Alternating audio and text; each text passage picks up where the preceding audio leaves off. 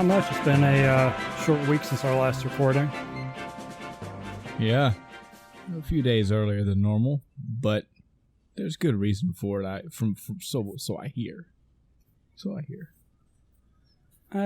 Hopefully. Hello, everyone, and welcome to the end of time. I'm Michael, And I'm Chris. Gonna roll right into this because I'm very interested to hear your thoughts. I know this is like tripsing into the week already a little bit, but very interested to hear your thoughts on Final Fantasy XIV, especially since the update is coming out in hours. Yeah, and it's kind of fair to kind of jump into my week because I'm going to go ahead and say the only thing I've touched was 14. And one of the things I did want to talk about today are the patch notes they released. Sure. So, all right. So I'm just going to get my week stuff out of the way and then we can talk about notes or whatever you want. I am not caught up to Shadowbringers. So I will not be ready at release. I have, let me pull up my Twitch so I can see my title, 77 quests until I am ready. It was a valiant effort, but the level gates have stopped me. It's frustrating because it was rough for base game. I'd say up to Heavensward, the quests were pretty long overall. There perhaps weren't as many until you got to that 100 quest stretch, but they were longer.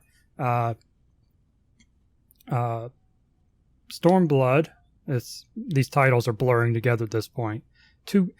Real quick, can we take a moment to acknowledge how annoying it is that there are two expansions now that'll be SB, so you have to do SHB for Shadowbringers, and then I'm like Shadowblood, Stormbringers. I'm just mixing them up at that point. But yeah, so getting to Stormblood, I was really happy to see that the quests were overall shorter. So even though there were a good amount of them, I'd have to pull up my little thing to look and see how many. And that was 122 as part of the main Stormblood quest line.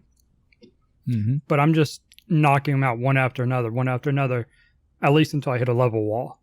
And then I have to go take an hour plus to finish leveling up, depending on where it falls in daily resets and all this, so I can get the bonuses from the dungeons, but I don't want to do dungeons because it takes so long.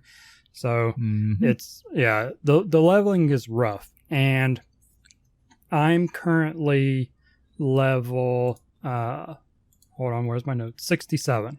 So I'm almost there. I'm so close. It's killing me.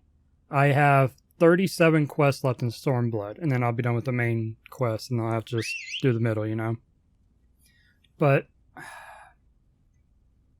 yeah, it's been rough. And Stormblood, as an expansion, is kind of interesting. I like the look of a lot of the cities in the zone, but I'm not a fan of the zones themselves. The whole water thing's annoying. There's a lot of terrain, which once you get to the flying stuff in Heavensward, that kind of becomes a trend of having, this would be really easy to navigate if you could fly, but until then, it's going to be hell. Yeah. And Stormblood is really the epitome of that, at least until you get where I'm at, and you get to an open zone, which when I saw how open it was, I was like, oh, thank goodness, finally some release from this maze. Let me see. Yeah, it's so hard to get a perspective on somebody that's been, and this is not a, they're better than you or you're them, whatever, but it's hard to get a good gauge of like, look, man, I've been in these areas from day one, as opposed to you that kind of will be going through everywhere, like go. Yep. oh man, that grind, that slog is always going to be there for the older generations. And I mean, we're not saying much. WoW's been doing that for a decade or more, so I get it. It's just crazy to think about, Yeah, absolutely. And, I look at, I can complain all I want about, not being caught up and stuff. I've had an active subscription for years. I could have been caught up. It's my own fault, So I have nobody to blame but myself. But I like to think I've put in a valiant effort. And if it wasn't maintenance all day today, maybe I would have gotten close enough to where I could, eke it out in the morning when it releases and enjoy the content. But I'll still hop in tomorrow and hopefully get caught up pretty quick so that I can kind of stick with the crowd, if you will, on Shadowbringers. I am, as annoyed as I am by a lot of the zones and the level cap stuff, I am enjoying the story overall. There are a few moments of, all right, this is perhaps a little too much filler, but at the same time, I appreciated a lot of it because the experience reward for story quests is more than side quests. So the way I look at it is if I'm going to have to do, 20 quests to level, 20 main quests to level, let's put it that way, instead of 30 or 40 side quests, that's a net win, So I'm totally okay with that. It almost makes you wish they added more story quests, the way, and I'm trying to think of a game that does this. I can't think though. And this is kind of an RPG thing in general, not even just MMO RPGs, but having the story progress at the same rate as you level, so that you hit a level gate, so to speak, but the story, there were enough quests that you are the right level, I think if they had designed around that a little better, it wouldn't be as much of an issue. It also may not have been an issue if I had done the dailies, roulettes and stuff, but that takes away time from, questing. So it's kind of a catch-22. That's also where the grindy part comes in, where you're like, oh, well, I got to do I have to go down my checklist of 13 things to do today, which on the one hand, you're getting stuff from it. I mean, there's reward for it. There's progression in it. But on the other hand, it's boot up, go check my stuff, go play something in a casino, win my stuff. Oh, all right, now time to go do the work. And that is something that I cannot wait for MMORPG companies to figure out ways around that, which, if I'm not mistaken, 14 seemingly has gotten pretty good about it. There are multiple ways to get XP and multiple ways to do things, but it's still there. And it's like the main go-to. It's pushed as the main go-to. Yeah, over on Dropped Frames this week, they had Mr. Happy, who I don't know anything about, but he's apparently a big Final Fantasy 14 streamer. But he was on there, and the way he described it was 14 is a little different from other MMOs, and this is a direct comparison they were making to WoW, to World of Warcraft. He said, WoW has its, certain things that they do a lot of. They have really deep content for, whether it's raids or whatever else. I'm not a WoW player, so I can't, speak to it too much, but the important part of this that's relevant to conversation is he said that 14 is more like a ocean of content. There, if you look at the widespread, there's so much to do. There are tons of things to do, but none of them are super deep, So I found it to be a very apt comparison. And that's kind of like the switching over to Destiny. For a second, that's kind of the way I look at it as well. It's one of those that has, or in the past, had not as much content. It was more of all right, you got the raid, and you got PvP. Those are your choices, That's it. But in the last, year and a half, I don't even know, 2 years probably at this point. Time flies. But there's all these other things. They just added a whole new thing I haven't even done yet, on top of the things I'm still not caught up on. So it's like, all right, you have all these options now. Now, if only they'd, give some more rewards in Iron Banner that leveled you up, I'd be happy. But that's neither here nor there. Yeah. But yeah, it's adding those options so that if a player doesn't want to raid, they don't have to. They have other options. Yeah. One of my favorite things about 14 is actually the way they handle crafting, because I'm a crafter. Yes. Yes. I love crafting, and that's what I do during the day when I'm not streaming the game is I'll just spam craft stuff, as I mentioned before. I have everything to level 30 now for crafts, and I went and I finished crafting the all HQ set for my crafters, so that I can go from 30 to 40, making my gear as I go.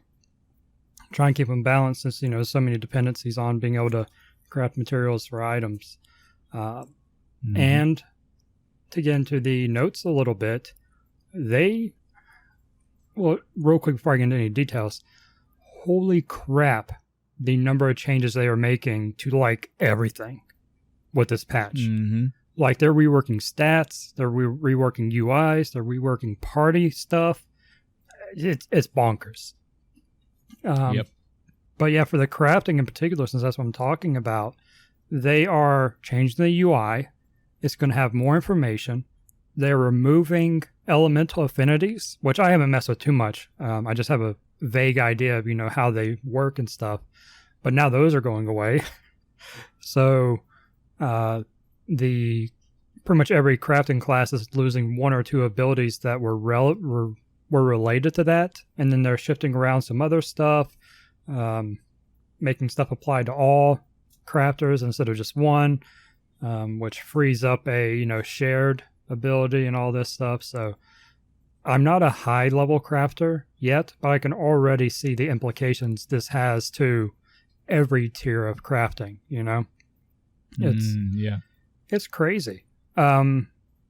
To go into some of the other things. For the better, though, right? Yes, absolutely. Better, much better type things. Like for the UI, they're actually going to show you what 100% efficiency on a action is. So it's like, hey, if you do a quality increase at 100% efficiency, your craft is going to go up, or your quality is going to go up 50 points. And you go, oh, okay, I now no longer have to guess what this is. I no longer have to wonder, did that gear upgrade change this enough for me to be able to get one more quality increase before I finish the item? You now are able to have a firm number go, okay, I will increase it by 47. I have 46, to go. All right, I can do this. So yeah, positive, good changes. I gotta tell you, man, it's been so long since I played FF11 that I definitely do not have a good handle or recollection on the crafting. I remember getting to the point where it was like, okay, dude, if you want to make money and progress through things, you need to craft, and that you have to craft and start selling shit. I imagine over time that changed, but we're talking like the first year to that game being released. That's what I started dwindling down to. And granted, we're talking well over 15, 14 something years ago compared to now.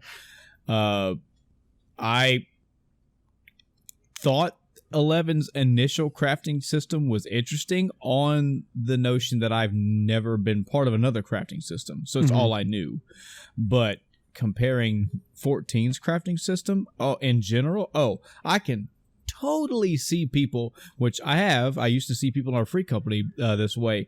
They didn't do shit in the game. They didn't go on quests. They didn't do side quests. They didn't do raiding. Nothing. They got on. They would be in their house with some kind of bonus attached to it and just crafting and alchemy, whatever, just making shit. And that's how 11 got to us. Wow. Yeah. I mean, it's shit got good, and it's so well designed and so good that's like, yeah, this is like our aspect of the game, and it's awesome. Yeah, it's so to kind of compare the two, for those that don't know much about 11 as well. 11 has a much simpler crafting system, but it's interesting in the way that they don't tell you recipes. So you have to just try stuff essentially, and it'll either say this isn't valid or it is. There are some in-game things that'll give you some recipes, but overall, I don't know that there's any one like official source. You know, it's typically crowdsourced wiki type thing. Hey, this is the recipe for this or whatnot. Or, you know, I don't know if they're even in the files and people skim them that way. I don't know. I'm just a player. And I use the wikis. But so you put in your recipe, and a quality of life change they added in much, much later is that you actually can select from a list of recent recipes, and it'll put the materials in for you. And so nice. Yes, especially when you have up to eight, I think it is, slots of ingredients. So if you have an 8 ingredient recipe, you're like, all right, select this, put it in, select this, put it in, you know, rinse and repeat for 8 items, and they can be wherever in the inventory. If you're smart, like I, you know, and other crafters that do it a lot are, you put all the ingredients together at the top of your list. You reorder your inventory so you can do it quickly. But yeah, it's still a slog. But when you crafted, you had varying tiers of success, but they were determined by your level in relation to the recipe's level. So there would become a point where, if I'm remembering right, you could never fail that recipe. It would always 100% succeed. And there are different tiers for like being able to HQ items. You know, when you're 10 levels above, you have a X% chance of getting an HQ version of the recipe. And trying to think. Yeah, I think that's the base of it. One of my favorite things is I really like the way skill ups worked. Aside from being random, whether or not you'd get your skill up, the further away from the recipe's level you were, if you were below it, I should say, the further below you were the recipe, the more, I want to say the more frequently, you'd get them more frequently, and you had a better chance at getting a bigger increase. And the way increases work were either 0.1 to 0.3, I want to say. I don't know if that changed or if I'm remembering wrong. But I think it was 0.1 or 0.3, so you always wanted the 0.3s if you could. And let's see. And basically, as you know, it just functioned off, you know, 1 to 100 for crafting levels and, you know, your little decimal thing. The downside is you had no way of tracking that. It did not tell you in the UI what your decimal was on your level.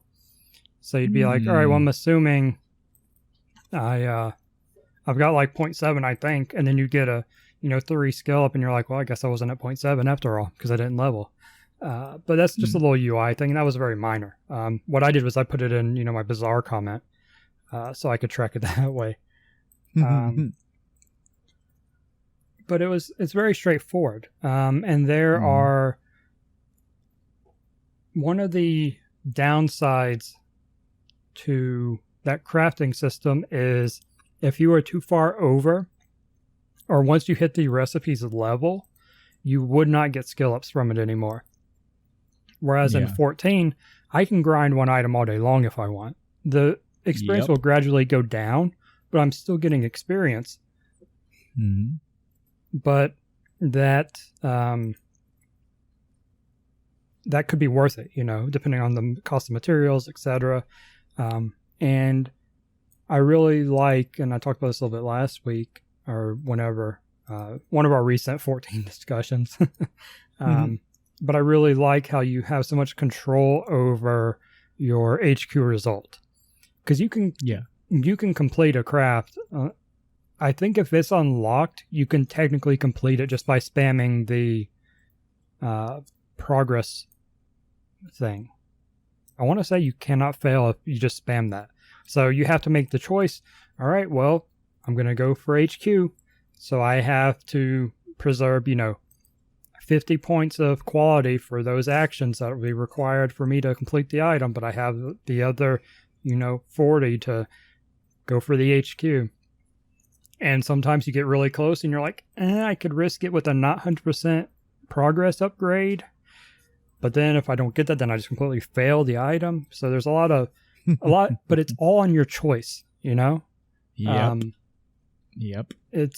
I like that. Yeah, it's very minimal RNG. There is RNG, of course, but your choice matters more. And there are so many abilities that up your percentage chance that you can turn the 90% or 80% into 100% really easy.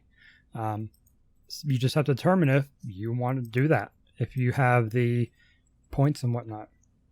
To bring this all back to say, the crafting changes look good. And that's probably what I'm going to test first. Since I'm not caught up, I'll probably log in and go, okay, let's go craft some. What do I have? Yeah. Let's look at this UI and see if any of the ability changes as well are changing how I'm crafting. I don't think I'm high enough for it to really matter to me yet, except for my goldsmith, but I think the changes there make my goldsmith also not impacted. I'm high enough for it to be impacted, but not enough for it to change anything, I should say. I think that's a better way of putting it. But yeah. And yeah. So another big change they're making is so it's kind of a set of changes they're making, kind of focusing around the addition of the trust system, as well as doing what I'm trying to think of what Mr. Happy referred to it as, and I'm losing the term, but basically they're changing the way stats work. So materia that raises the base stats, strength, vitality, etc., will no longer work. So they're completely taking out that part of the stat equation. And they're revising other stuff. Did I saw the thing open? I don't know if I do or not. I thought I was on it, but that was a different thing. But yeah, I'm really curious, really curious to see how this will change gear and whatnot, because it's also affecting gear, of course. So it's I am lost and confused when it comes to this. Really? Because I don't know what impact it'll have. I don't know how much it'll matter to me as a not high level, high tier player at this point. I'm still doing main story quests that are 6 levels behind, and it'll be 16 levels behind, depending how you look at it, tomorrow. But when I would guess that they are very minimal impact, because they're adjusting with stats. I imagine they're also adjusting enemies, and whatnot, because they're also adjusting, NPC actions, monster actions. TP is being removed, which, let's be real, I don't know about you and what jobs you played, but as a ninja, I don't care about TP. The only thing I can even get close to running out TP on is if I spam my little kunai spam attack, and that's not worth doing. So, and then I have an ability that gives me TP, so it's like, well, I don't know what relevance that will have. Well, I played, so, oh man, I don't want to divert the conversation at all, but for the background for you and everybody else, so I had 6 characters in that game. And I know the people that are playing 14 right now are going, wow, whoa, what? Calm down. I didn't do it to build money or buy them and build them up and sell them or anything like that. It's a bare basic. I have no other explanation for it other than I wanted one character of every race back in the day. I had a main character who was Mihote, and that was a Dragoon. And, well, that was my main character, and my main job was Dragoon. Over time, I started developing every character to have one of at least every job type. So I had a DPS, which was a Dragoon. I had a tank, which I picked Warrior, and I had a healer, which I picked White Mage. That really only stopped with my main character. I didn't further explore those throughout the other 5 because obviously, time. But it was also the idea that I could swap in and out. I was a raid leader of a very, very small but very cool group of people. And, you know, the ideal was, well, if my tank doesn't show up or one of my tanks doesn't show up, specifically the warrior, I could jump in. Or if the healer didn't show up, I could heal. Never really ever had to do that. But for other things, I did get to jump in. Like I got to play, I mainly played DPS and did get to play tank every now and again. Healer was just the one that I had the least experience with. But as a Dragoon, yes, TP was definitely a thing for me because I had a rotation and that rotation would sap my TP and et cetera, et cetera, et cetera. I'm definitely not sure about Ninja or really any other job only because of memory loss. Mm-hmm. But, yeah, TP was definitely a thing for me. All right. Well, I'm curious how that will affect the, high level players then. Related in that it's also a player currency. What word am I looking for there? I don't know. But maximum MP is going to be capped at 10,000, and they're adjusting MP costs as well to be associated with that. Mm-hmm. And so because of that, piety is being changed from increasing max MP to increasing MP regen. But that only affects healers. So that sounds good to me because there's always this mentality of, adding 10 maximum MP is only good as long as you have that MP to use. So upping the MP regen instead gives you more MP to use over time in comparison. So that seems positive for healers, but I'm curious how the max MP and all those changes will affect other spellcasters. Because I know black mages are bonkers. I've already seen that.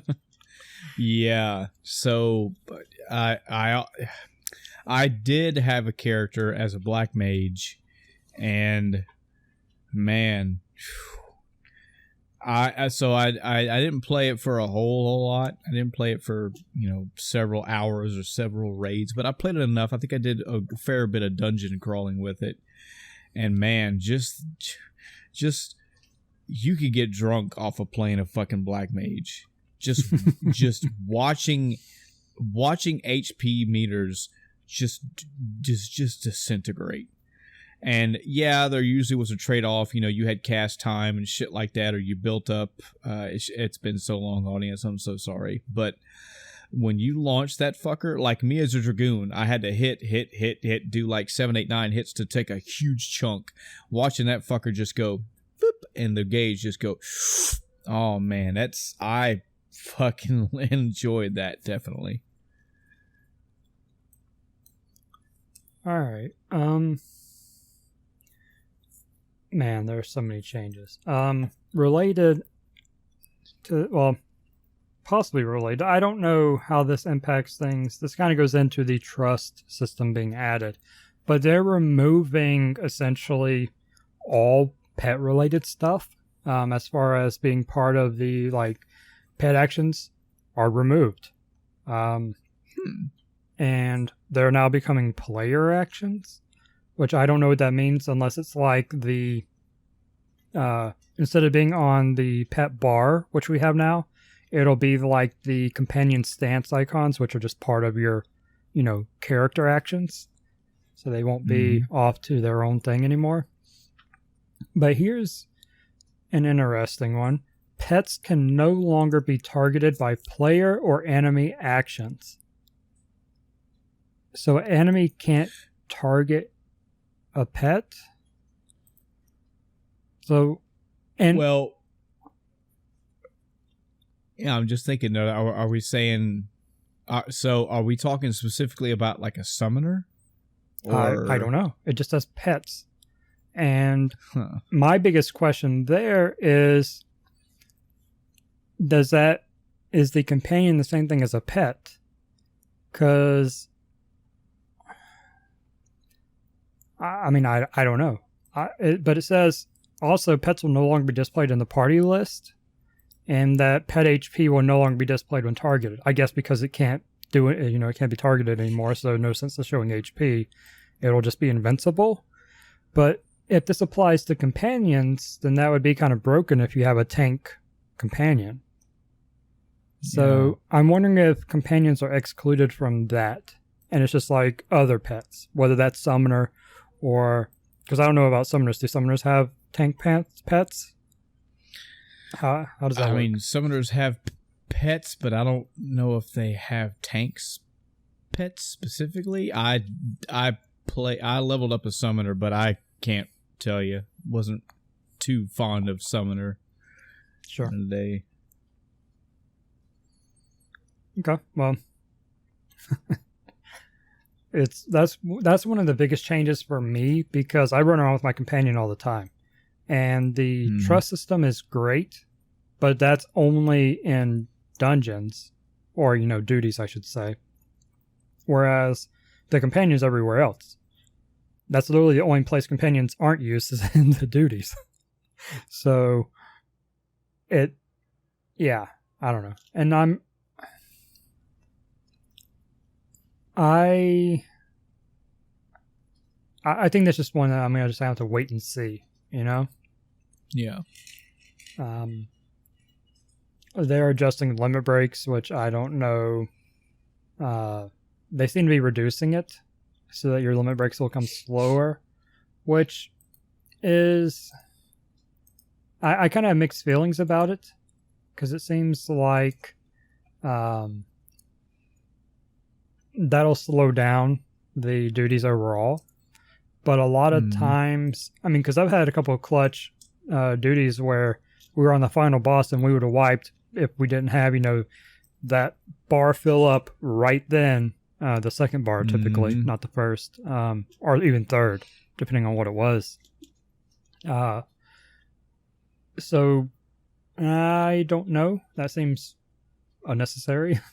Unless, caveated, unless this is because we're overall stronger after the stat changes. Or the duties are so strong that are not duties, trust are so strong that this is necessary. Yeah, it could be.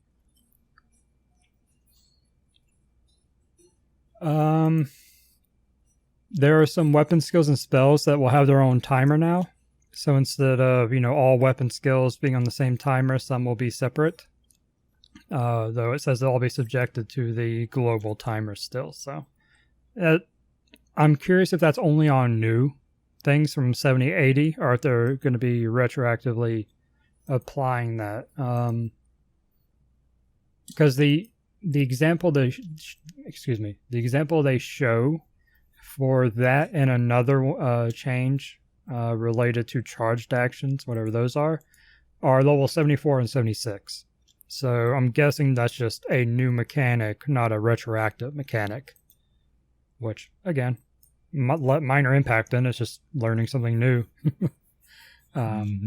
Just figure out where to work it into your rotation then. I also want to say, to the audience, in case we're losing anybody, in case we realize that you're talking to at least a veteran fan and a current fan of 14, this might not be your cup of tea. something to take away for you, general audience, is the good things about, just like, for example, the updates that Chris is bringing up. This game, I noticed this across the multiple patches and expansions that I played. If there's something in this game that you think is off or could use some tweaking or you wish was better, I promise you it's coming. This game did such a good job over time of addressing especially quality of life instances. I don't have a tailored list in front of me right now, but I do remember things like the market board. There was something that would change for that. General housing, something got changed for that. Hell, just like the way that menus worked and the way that texts work, and UI changes and chat changes, and just so much. I don't know if other RPGs do it, MMOs. I'd imagine so, but it was always nice to, one, see they would put this shit in like their live letters. And for those that are unaware, live letters is where basically the directors and producers get up on stage and go, hey guys, we have the next patch coming. Here are some things to look forward to. Here are some of the changes. Here are some of the fixes, whatever. And that shit would be in that. Like, they would let you know, hey, that pesky thing in the market board you didn't like, we're changing that. This is coming. So it was always great to see that. And then when the patch released or the expansion released, you would see patch notes, detailed patch notes, and it would tell you there as well. And on multiple occasions, there would be something where it's like, oh man, it's like they're just overlooking this thing. It's so crazy how this hasn't gotten changed yet. And then the next patch, oh yeah, we fixed that. Like, it's just always improving, always listening to the audience, especially the paying audience, and making app changes. And again, a lot of those were quality of life. So good to see that. Yeah, a funny one to mention, talking about how and some things won't be immediately fixed. It's not like, they're going to solve world hunger overnight. These are gradual changes. They make what they can and then push out more, later on. But I was actually looking into retainer info, or actually inventory info, and kind of delved off into retainer info, which is an NPC that can store items and do various things for you. But I was reading in it, someone made the comment, now if only they would, fix the UI so I don't have to back out 17 times to switch between retainers. And that was a comment, I want to say, at least 2 years old. And in the patch notes, they're changing the retainer UI. So you'll be able to go back to the list of retainers instead of going all the way back out and then in. You can just... it'll save you like 3 clicks maybe, but it's enough when you have... But still. Yeah. I have 5 retainers right now. Some of them temporary I'm going to get rid of once I finish leveling and doing crafting and stuff. But inventory management in that game, holy crap. Anyway. Yep. But yeah, so that adds up. I have to go to my ore and, metal retainer to get these materials. And then I have to go to my... cook to get these ingredients for this recipe, and I need to go to my other retainer that kind of has a bunch of other stuff to get another material, and then I need to go to my one that I just stuck all my bones on because I ran out of room in the others to get this. So I'm going through 4 retainers to get ingredients for one thing I'm trying to craft, and while there are justified complaints overall about the inventory system in the game and inventory management in general, having this made a little bit easier is, a first step to, easing what they can. So yeah, and there are a lot of quality of life changes for the people that, do the house stuff. They're removing some restrictions on house furniture. Apparently outside you can only put certain stuff. I don't even have a house, so I don't know how this works. But they're removing that limitation. So no matter what ward you're in or what zone, I guess, you can put whatever decorations outside. So if you want to be in the Far East and put, Western decorations outside. I think that's what that means. You can do it now, whereas before you could only do Far Eastern. You know, as in broad terms that I don't understand what I'm talking about. I think that's how I understand it to be. Yeah. So yeah, I'm not sure either, but yeah, it's just good, man. It's good with how transparent, vocal, and out there they are with. Yeah, we're adding things, but we're also fixing things. We're hearing your feedback and we're changing it, and that's so good, man. It's so good. Yeah. I guess kind of getting away from patch notes specifically, but still an update thing. I'm kind of torn because I want to play Dancer, but how would I level it? I couldn't just switch and immediately be able to do the story quest, you know, because of the level requirement. I would need to be 70, so I'm going to have to gain 10 levels, so it's like, okay, I guess I'll have to play Shadowbringers as a ninja and then level Dancer, or just ignore Shadowbringers for a while and get caught up. Hey, man, what did Persona 5 teach you? Take your time. Oh, man. I'm so glad you brought that up because I totally forgot to write it down. But there are a couple of tracks in 14, and I don't know if it was something I was watching or something else, but there was a Persona-like song that came on, and I was like, oh, man, I want to play Persona. When does S come out? When does the Switch version come out? I want to go play it. Oh, yeah. So I'm now, where before I was like, okay, yeah, that's cool. I'm going to play it when it comes out. I'm now like, all right, when is it? I want it now. Yep. And I made the comment before, if I ever went through Persona 5 again, that would be the third time. That game is contending to go up on my wall. And I'll tell you, it doesn't take too much it doesn't take too many mental gymnastics. I cannot talk today. It's a long day, Chris. It doesn't take too much mental gymnastics for me to go, man, I do not have to twist my own arm behind my back to want to play that. Like, I just think of Persona 5. I hear music from Persona 5 and I go, yeah, I would totally. And it's so funny. I hear, people in my head, not in a crazy way, but I hear what people would be saying, like, dude, whoa, calm down, man. You've already went through that entire game twice. You did everything. You have you platinum the damn game, which is something I've never done before. And you did everything. And you're telling me that even though you know everything, and I'm not even talking about the next game coming out, the next expansion for it or anything. I'm talking about the base fucking game. It's like you already know what's going to happen. There are no surprises for you, and you have already done everything. You're telling me you do it? Yes, I would. Yes, I would. Because that game is that fucking good. Yeah. Yeah. So I'm interested to know if there's a way you can find out what music track that is, or even track down the area. I'd love to know, because that's interesting. Do you know, was it a OG track? Was it a expansion track? Or what are we talking? I believe I first heard it in Heaven's Ward.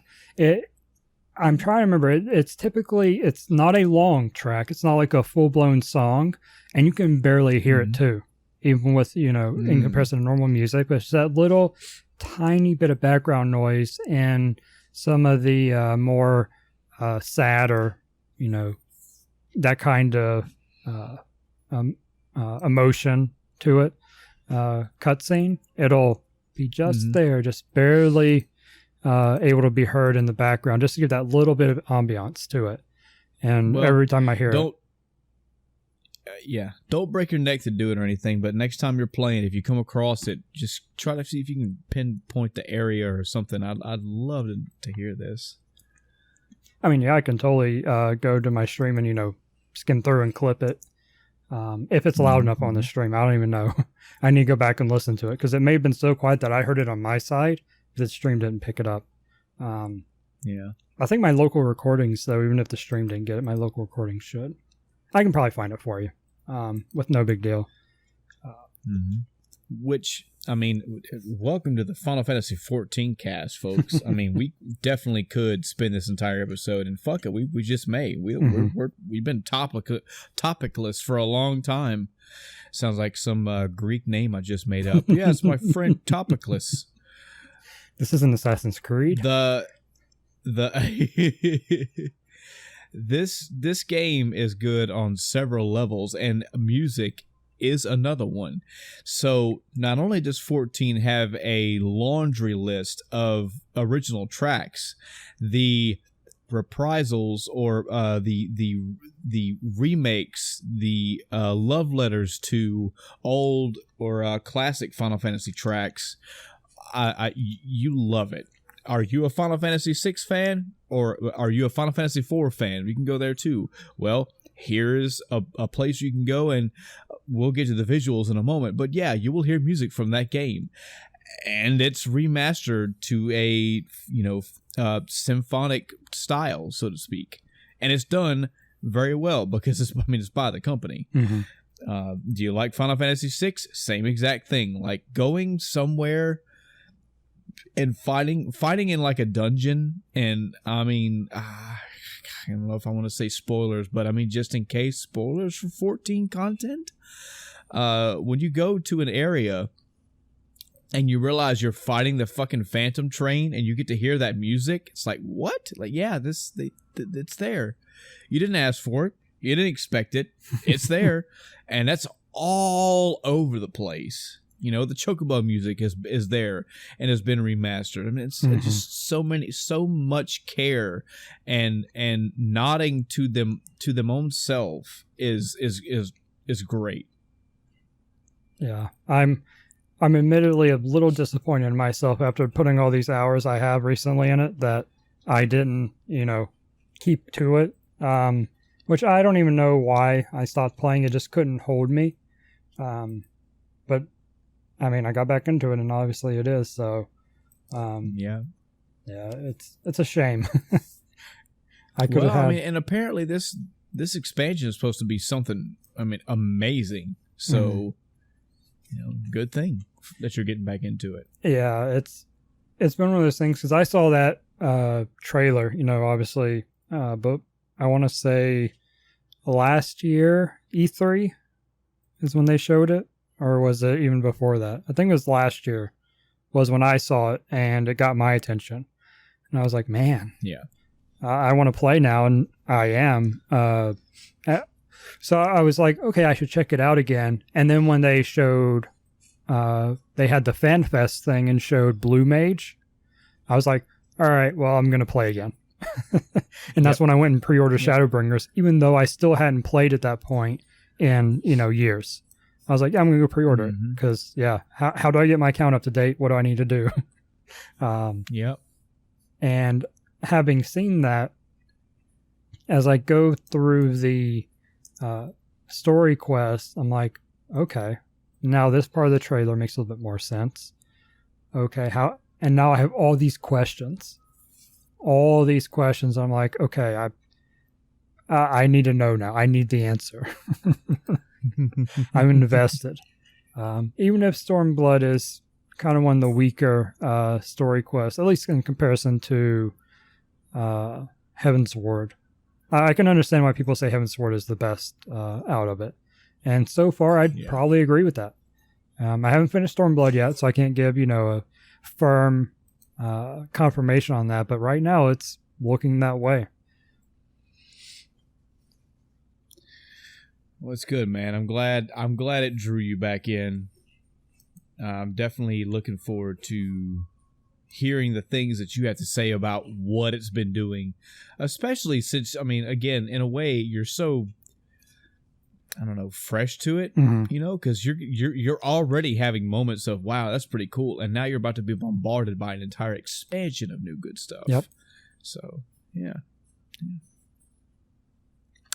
Is there anything in particular that you can, unless you've already mentioned it, but anything in particular that you have pinpointed in the expansion via, be it either the cinematic trailer or the gameplay trailer, or anything specific that you have read that's coming to do with any job, class, race, anything. Like, what are some of your picks for this? I cannot wait to try this out or see this or whatever. So, not related to the expansion in general, since it's already technically out there. But like I said, Blue Mage is something that, and we talked about this last week when we were talking about 7 with the, enemy skill materia. I believe Blue Mage was something in an earlier game. It was a class in 11, which was awesome. So seeing that, I was like, okay, yeah, I want to be Blue Mage. But for the expansion itself, I'm really curious to see how Dancer plays, because it is a DPS. So, which I don't know how they divide things. I'm trying to think. There's not really melee support. I guess Bard, but Bard's also considered DPS, right? Yeah, Bard's considered, but I mean, it's such a support thing. Though. Physical it really DPS. Is. I can't believe that. Yeah. I would make the argument for Red Mage that you guys need to have a 4th class to be just support, because that's, But I mean, it's also been a while. It has been a while since I played, and I think I remember Bards being pretty slick. So yeah, I mean, Bards are good DPS. I'm not, going to say anything against that, but they also know they buff. I see the icons appearing next to my name in a group with a Bard. I'm like, thank you. Now I do more damage. Yeah. So, and I mean, it's kind of your call of what you decide anyway. The further you go into this game, and the more, I guess, balance focused your mind becomes. I remember when Samurai was getting announced that it was coming, there was a big to-do about what class it was going to be, either tank or DPS. And I was one of those people. I was rattling the fucking cage. Do not make this a tank. I do not want Samurai to be a tank. No, it doesn't. I mean, I suppose you could. Anything could be a tank. If I was surprised Ninja wasn't. Hit points. Yeah, exactly. Because in 11, it's a quasi-tank. That's a discussion in and of itself. I always felt like Nin Tank was something that was there because of like maybe unintended engineering. Like, it just so happened that if you manipulate these things this way, they make one hell of a fucking tank. I don't think Ninja was ever initially designed to be a tank. It's more like in game or 11. 11. Yeah. And I'm talking initial Ninja. Sure. It seemed like more like the community got a hold of it, and they were like, dude, you fucking see this shit? Look what they can do. And it's like, dude, well, just fucking make that a tank then. We don't even need tanks. As opposed to, what they were making it out to be, like, Samurai is coming, and it may be a tank, full stop. It's like, I'm not sure about that. But yeah, luckily understand. They made it a DPS, so happy. Yeah, I don't know that I agree with what you're saying about Ninja, but I can see it. But that, like you said, that could be its own discussion. Yeah. Well, again, and I mean, I'm strictly speaking about the initial release of Ninja. I mean, okay, let's put it this way. Let's put D&D terms in mind. Would you consider a ninja like a tank in D&D? I mean, I wouldn't consider a monk a healer, or a ranger a healer just because it has healing hands, But I don't know. Yeah, I mean, I understand what you're saying. Sure. Yeah. But no, in any event, it's, and you're a better judge of me for this right now because you're actually in it. Do you think that they have a decent? And I'm not talking about balance individually, but across the board. Do you feel like they have a good balance of DPS and healer and tank, or think something missing? Or I mean, at my level, it certainly feels like it. I think anything they add is just icing on the cake and adding, variety and options. Because it always sucks to be like, all right, well, you want to be a tank?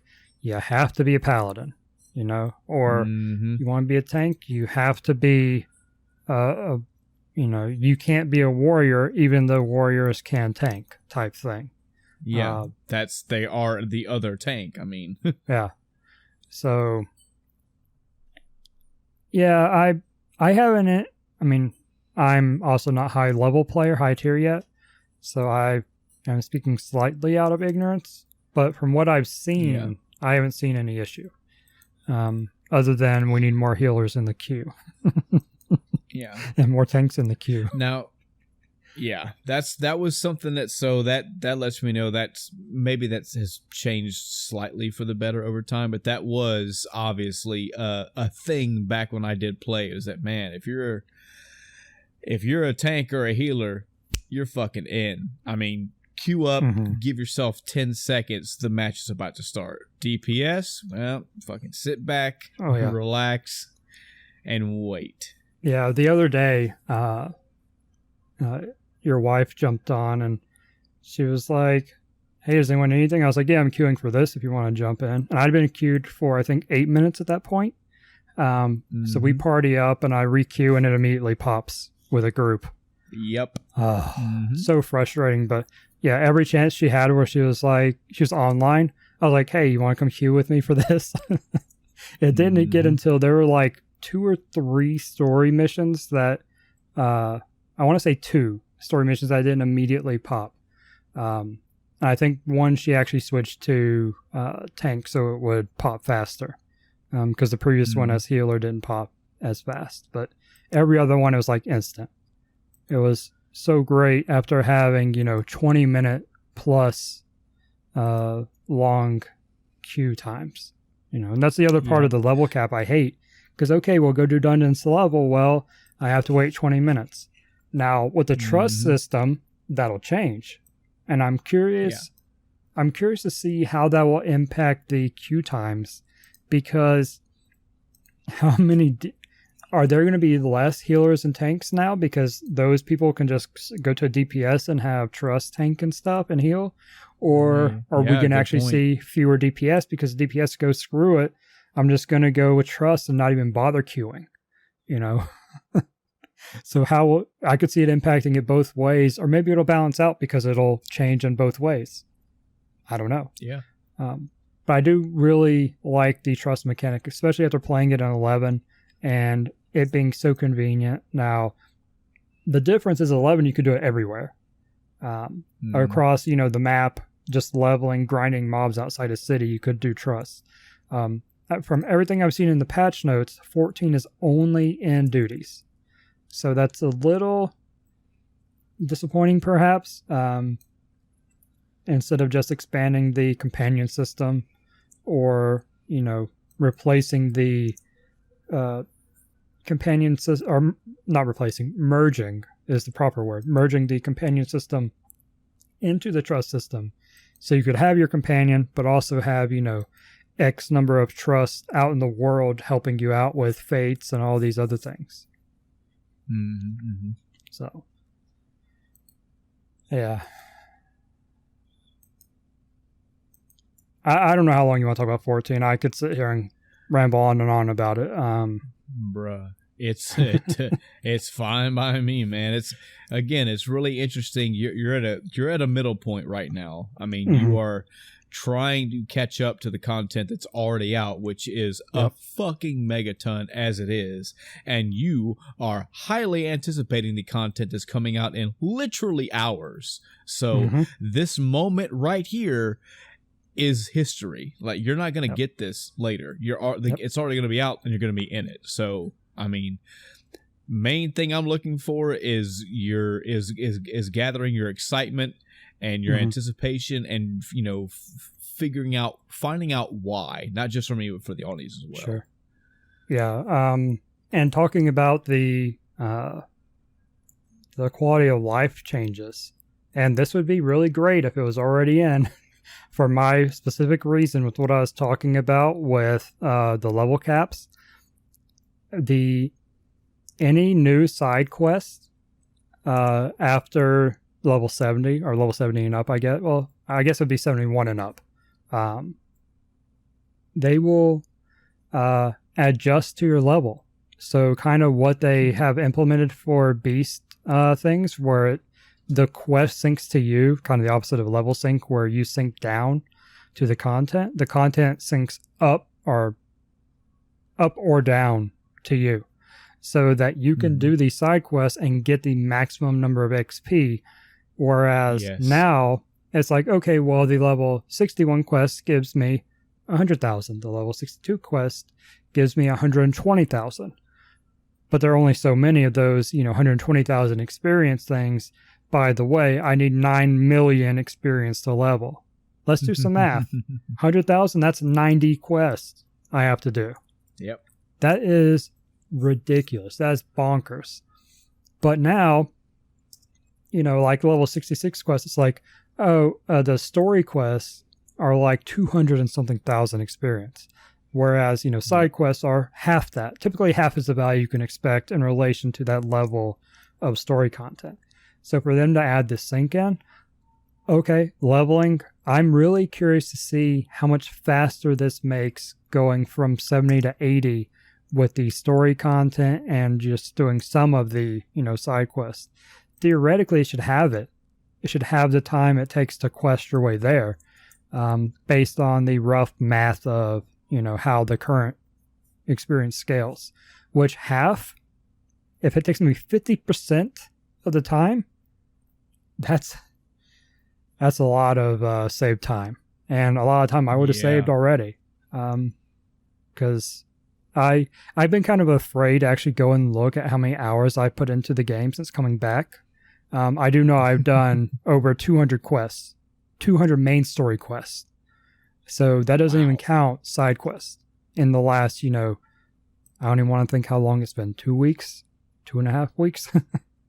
Don't know when I hopped back in, but I know I was level 30, 38, 36 with my ninja at the time. So I'm now, 67. So that's a lot of questing. That's a lot of dungeons. That's a lot of everything. And to save 50% of those side quests, I'd be caught up. I would be flat out caught up at this point. Wow. But at least they're adding it. It won't be retroactive. It doesn't say anything about that. So maybe in the future, that's something they will consider doing. But one thing at a time, implement the system at these levels, see how it works out. If they need to adjust it, get that sweet spot for the current content, or maybe even, the next set of quests, something like that, and then go back and retroactively do it so that it eases that level cap burden. Yeah. As I just went blank. I was going to say something else related to that. Wow. I had my thought. I looked over, saw GDQ on my screen, and my mind just went blank. I mean, you might as well loop a little bit of GDQ in your week anyway, because I know you've been watching it. I've been watching surprisingly little GDQ. And I talked about this a little bit when it was announced and when we saw the games list. There are some games, like right this minute is the Grand Poo World 2 any percent good inning run. And I mean, I love that ROM hack. And, Barbarous King, the creator, he's on the couch. I can't hear his commentary because I'm, recording, so I have it muted. But earlier was the blind Kaizo Super Mario World relay race. That was awesome. That was one of probably the best race I've seen out of GDQ. And then they did the Mario Brothers 3 race right after that. Yep. They're in the middle of the Mario block. So this is the block I was looking forward to. Chris sent me a message while I was at work. He's like, "Hey, it's going on right now." And I was like, "I'm at work. I want to watch it." Bust out the phone. I'll get to watch it, though. It's totally fine. This is going to be... This, unfortunately, because I've got so much stuff going on this week, I haven't actually physically been able to watch it, period, at all yet. I'm not lucky like I was last year before when I got to take a whole week off to watch it. Mm-hmm. But I'm gonna play catch up. It will probably be after GDQ is done. I'm gonna go through and just cherry pick all the ones I want to watch and start watching it. But I am rooting GDQ from my chair right now. I'm just throwing them up. Yay, keep going, guys. I'm happy for you. I'm proud of you. I fucking love GDQ. But I'm not in the moment. I have to play catch up. Yeah. I was, and I don't know why I was surprised about this, but the incentive bonus for the Mario Brothers 3 race, that was a bonus. That wasn't part of the original thing. But the goal for that was $125,000. I'm like, are you guys serious? That's a huge chunk, even in GDQ terms. And when they started the Kaizo race, they were at only like 40,000 out of it. They accomplished like 80,000 plus in the hour 15 that they were doing the race. That is crazy. I think that just goes to show how crazy the Kaizo community is, and not just, I should say Mario community, because this was for the Mario Brothers 3, vanilla, the normal game, all for its race.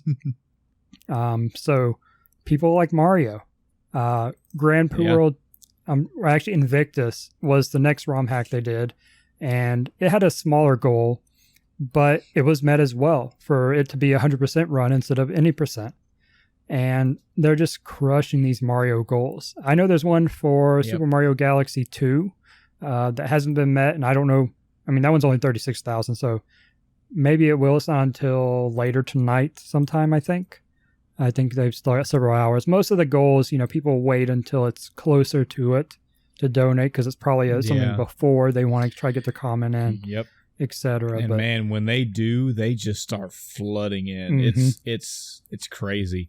The freaking relay rate, the relay runs and all that shit. It's of course, it's entertaining because you're watching the relay race, but you'll hear like, we just got another $5,000 donation from blank. Oh, we got a $720 donation. We got a $10,000. It's like, dude, people throw money at this, and it's because it is that entertaining. I legitimately stand by that. It is severely entertaining. Yeah, and I fully expect that relay race and the Mario block in general. I'm going to go back and watch it either tonight or tomorrow, maybe, depending on what else I'm doing. But it's probably going to be the highlight of the GDQ. One of the other interesting runs that I just randomly saw, because I've had GDQ on, and I'll just kind of look over and be like, all right, this game, interests me. Let's unmute. Okay. Maybe not. And I'll remute or something like that, or I'll sit there and watch it. One that caught me by surprise was actually Cluster Truck. Which is a game where the whole mechanic is you're jumping from truck to truck as they go all over the place in these levels, and you have a goal tape at the end you're trying to reach. The Cluster Truck run that they had was the no ability percent, which I didn't know there were abilities in the game. I've only seen like the first few levels, so I didn't even know there were abilities, like I said. But I watched it and I was like, okay, this is interesting. But then they had really good commentary going on the whole time, which really funny. Good at some points, could be debatable, but overall funny commentary. And I was like, okay, yeah, I totally am cool with watching this because it entertained me. And the run was interesting as well on a technical level. It's always interesting to see how these guys break the games they're playing, especially when it's not like out of bounds, glitch, break. It's just, this is the way the game's designed, so we're going to exploit this to do this. I'm much more of a exploit watcher than glitch, if you will. Fine line sometimes between the two. Same here. But, yeah. There was one game, I don't even know which one it was, and I'm not going to call it out anyway. But I unmuted, and the commentary was so bad. I was like, I don't know if the game's good or not, if this is a good run or not, but I'm not listening to this. It's unfortunate when you get that, but it's also, you know, a lot of gamers are, at least speedrunners in particular, it's kind of obvious to see, you know, some of them don't have the same social skills as your average person, and some of them don't think about what they say in front of a crowd of, you know, tens of thousands. Let's see, how many people are watching GDQ right now? 125,000, you know, casual 125. And that was later at night, so I'm sure it was like only 100,000 people heard them. But still, yeah, you gotta think about what you say sometimes. And yeah, gamers are often awkward. Can't help it. Yeah, you get that. I mean, even during some of the runs, you'll have the same thing. You know, you'll have commentators you'll have runners that they're trying to make some kind of commentary, but they're not doing a great job, or they're not saying anything at all, and their couch, which is full of runners, are just not. It's like, all right, so you're just running through the wall, and that's a trick you can do. It's like, oh, come on. Not everybody was born to be a shock jock. I get that. Yeah. But yeah. I think the bigger hits for me, honestly, Chris, the bigger, like, oh man, I feel is when you see the runs that are happening at like 2-3 o'clock in the morning, and there's somebody running a game that you can tell, like any fucking speedrunner, unless they're just that gifted, talented for this game, any speedrunner has to put a lot of work into these games. Yeah, maybe if you have an NES game and it's only, 6-7 levels, maybe it'd be a lot less intensive than a game that's, I don't know, a super long game. But it takes time. It takes work. It takes dedication to get this level. Now imagine you're there at GDQ, and yes, I also understand it's for charity, but you're there at GDQ, your slot's 2:30 in the morning, you show up, and you walk through that door, and there's like 2 people in the audience. Yeah. The chairs, there's like 400 chairs and 2 people. It's just it's the announcer echoing your name, and you're like, all right, so this is Crash Bandicoot.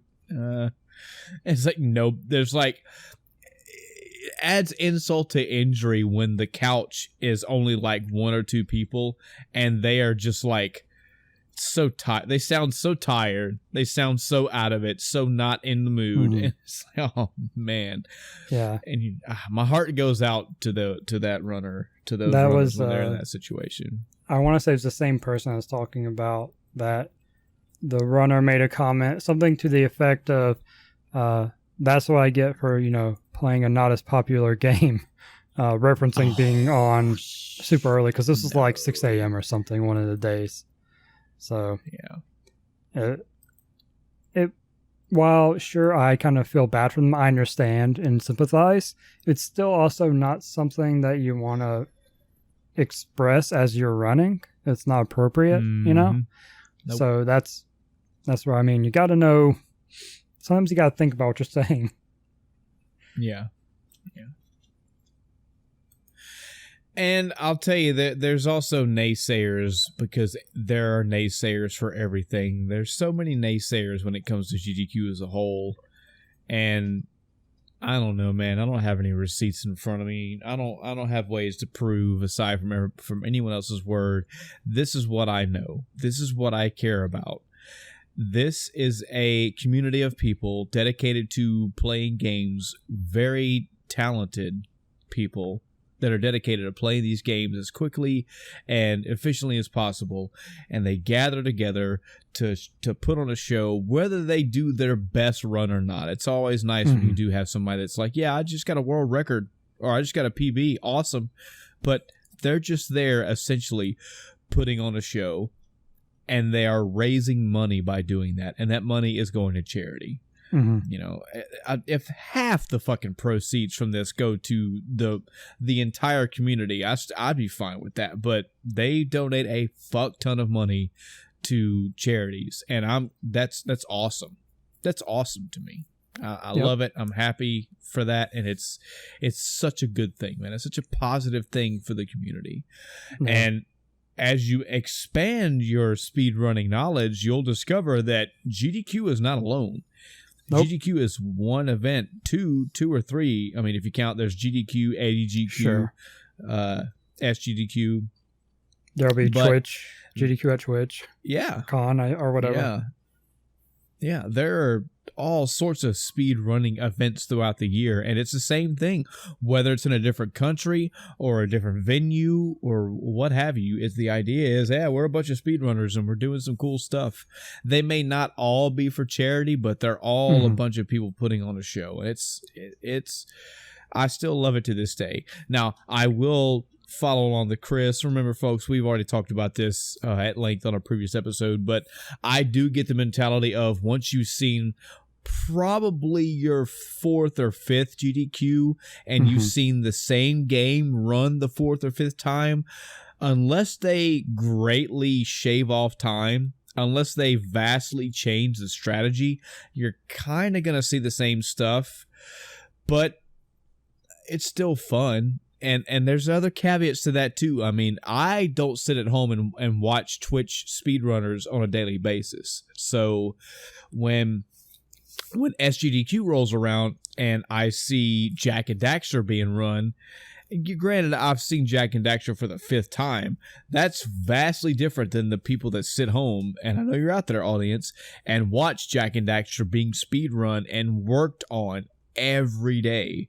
You know, so there's also that consideration to take in. Yeah, but I'm one of those because I watch the Super Mario ROM hacks. Yeah.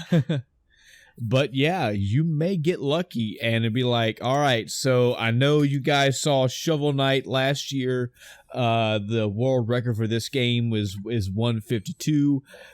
I've been working on this new strategy. I have almost an entirely different route, and I have now shaved this game down to 121. And I'm going for a PB tonight, a world record tonight, and you're gonna see some new stuff. Now that's cool. I'm down with that. But when you see a game and it's like the 7th year in a row, it's the same runner with the same game. It's like, all right, man, come on. These relay races and these blind races and the incentive races. I mean, dude, I'm still a Metroidvania man, and even those, I'll watch Super Metroid run again. If anything, to see who if it's kill the animals or not. I mean, just stuff like that.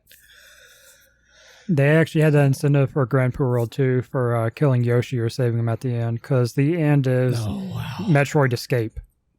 And to simulate the animals, they have a Yoshi at the end that serves no purpose.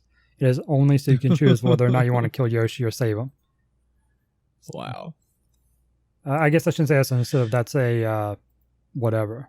What would that be called? I don't know. You're donating for one or the other. It could be still an incentive, you know? Sure.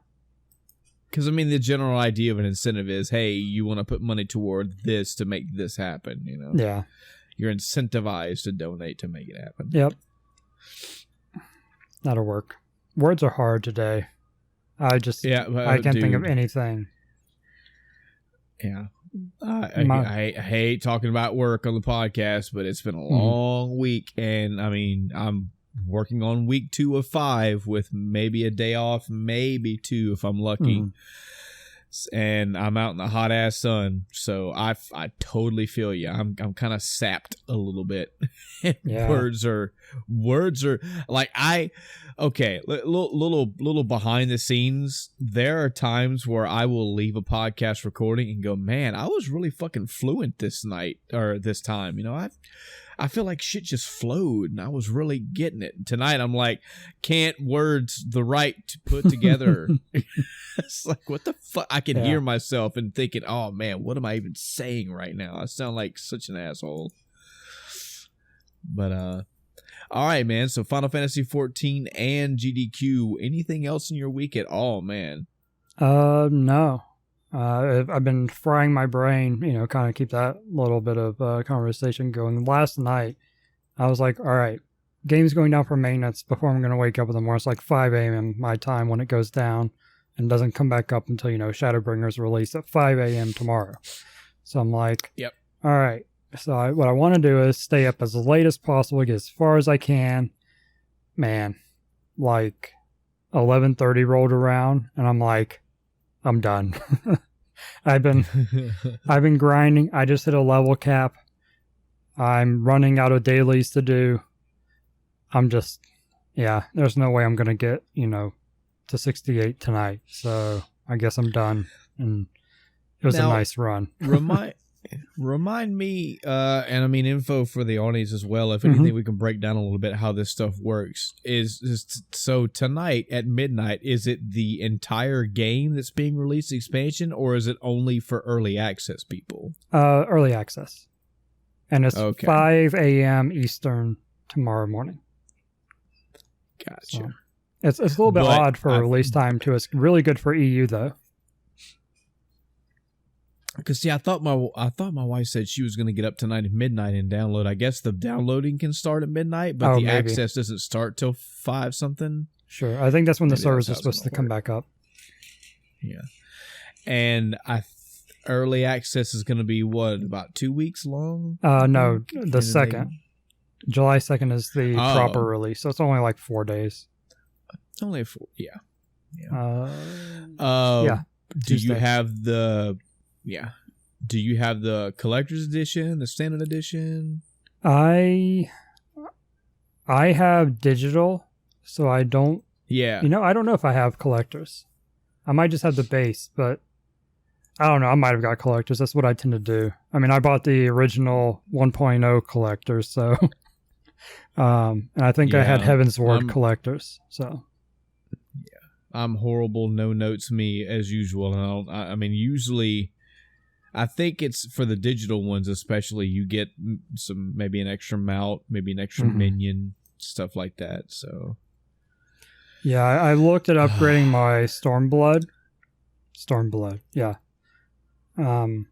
to collectors because that you go to your account and it shows you, hey, here's your checkbox where you own this expansion and you own this version of it, and seeing collectors for base, collectors for Heaven's Ward, and then this blank for Stormblood, I was like, So I hit the upgrade button to see what I got, and it's just a couple mounts and stuff. I'm like, all right, I don't care. I'm not going to pay it's only like $15-$25 for a few mounts. I think you've already given Square enough money for collector's edition, if you know what I mean. I think you've already paid your dues in that area. Would you be referencing the $320 Final Fantasy VII Remake Collector's Edition?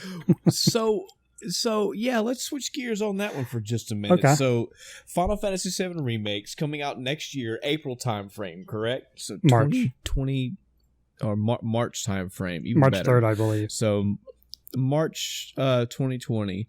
When do you get the motorcycle? Don't know. I think it'll actually be. I think it's all released the same day. I think it's all already part of the package. I don't think it's one of those you'll get the big things separate. I think it's all together. Yeah, that was my next question. Is it? Did you pre-purchase this? Pre-order this in a store or online? Is it going to be Square shipped Enix, to you, or are you going to be able to? You can only get it on the Square Enix site. Gotcha. Yep. So I went and pre-ordered it, and it said that, you have the shipping options for pre-orders, but it also said that you'll get the game on this day, and it was the day of release. So I'm assuming, regardless of what shipping I picked, because, most places, they understand that if you pre-order a game, you want it the day it releases. I cannot stand places looking at you. I want to say GameStop. I think they changed it though. And then Nintendo on Amazon recently before they got figured out their little feud. You know, most places are smart to go, okay, players want it on the day it comes out. So yeah, I'm hoping it'll be there that day. If not, looks like I'll be buying a digital edition as well. So, which I might still do so I can not worry about my disc. Yep. All right. Well, that's a fucking solid hour and a half week, Chris, and I'm glad too, especially with the anticipation of a game coming out in hours. I mean, that's so awesome. Before we shift into my week, totally breaking up the monotony of our typical formula. Let's go over some news, man. All right. Yeah, by all means, take the show. So, first order of news. Hey, did you know Final Fantasy 14 released some patch notes? To get away from that, we have some sale stuff. Steam Summer Sale started. Now, that's not the only news related to that. Yes, it started, and it runs until July 9th. So, basically, is it 2 weeks? Is that 2 calendar weeks? No, week and a half. Yeah. Well, actually, no, that is like 2 days short. Okay. Anyway, that's totally irrelevant. Does not matter. It ends July 9th, though. And we talked about this a little bit with the last sale. I'm getting to the point where I own most of the games I would want to buy. So I'm just waiting for really, really good sales on the more expensive games to, get them down from $50 to $15. Okay, I'll grab it then. Mm-hmm. I don't want it that bad. I have enough of a backlog. Now it's just, I'll get it when it's cheapest because I don't know when I'll ever play it, but I will eventually. Yep. Let me tell you how my new Steam, since this is like maybe, so if it's your 75th Steam sale, it's probably my 10th, 15th, something like that. But I now go to the bottom of my wish list, which I have mine sorted by price. Mm-hmm. So the most expensive games, because it doesn't work that way. It's whatever's going to be the most expensive, even though it's on sale. Right. And I will pick out one of those. So if I happen to find a game that's $65 normally, but now it's $35, I'll pick one of those. Just one. Then I'll scroll back to the top and add the $2 one, add the $2.50, add the $2.50, add the $5, add the $5, add the $9 until I get to what my budget is. But yeah, that's something that I as well am doing. It's not for lack of quantity or quality either way. It's just that I already know if it is a Steam sale, there's going to be 10 to 15, maybe even 20 smaller price games that I already know I'm going to buy. I'm hunting out, okay, what is that game that I know is $60 right now and I can get it for like half off? Because I'm going to pick one of them. What's the good sale? What's the good deal, Yeah, I didn't plan it like that, but I kind of did something similar. I spent $70 after tax on 4 games, but they were $9.99, $10.19, $10.49, and then $35. The $35 one was the Kingdom Come Deliverance Royal Edition, so it's all the DLC, all the content DLC. They have a bigger pack that has all the OST and all that. I don't care. So I got the one that had all the DLC, but that was $35. So that was a steal for me. And then I just picked, some of the cheaper $10 games. Right. But yeah, so that's going on. Again, it's another sale. Except there's this whole thing about so the sales recently, I've had these I say recently, I don't know when they actually started, had these little games associated with them, and this is the Steam Grand Prix, which is the worst event they have done. Wow, really? That's not just my opinion. It's actually so bad with the way they, and part of it's wording, where, gamers or consumers, I should say in general, didn't quite understand. So basically the way a lot of the Steam events work is you'll either be divided into or can pick a team, and then, you may get some cosmetic or, trading card and, Steam card things, not like money cards, like little things that serve no purpose. They're little collectors on your profile thing. I don't even know what they're called. Don't care. But that's usually the result. You just get some bonus things that don't mean anything. Maybe you'll get a discount code for a game, depending on stuff. I don't know. But this time, the winning team, some of the members of that team will randomly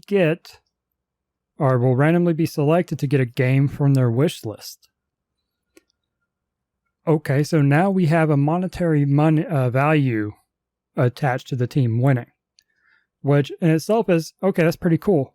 Except developers are very unhappy because this is causing people to remove every game from their wish list except the one they want to win. So, hey, smart. I'd do it. I learned when reading this article earlier that developers have a dashboard that shows how many people have their game on the wish list. And it showed it's like sales something, and then there's a line for wish list. And it was like a V on the right side where, sales and stuff were, up, trending up. But there was a hard, sharp 45-degree angle of wish list position or wish list placements. And they're like, we don't like this. We do not like this one bit. Steam has responded to this, and they changed I don't know if this is how it worked the whole time, or if they just, or if they made the change. But either way, they clarified the verbiage on the thing to say, whichever game is at the top of your wish list is the one you will get.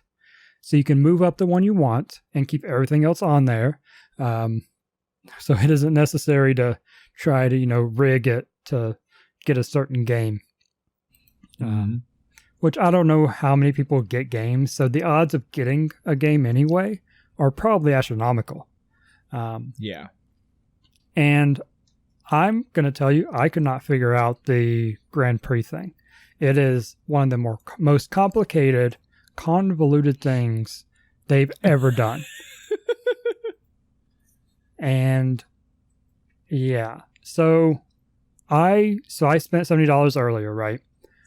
I see no benefit to that. I see no impact to that. I see nothing on the event that shows my contribution. And I joined a team like 2 days ago when it first started.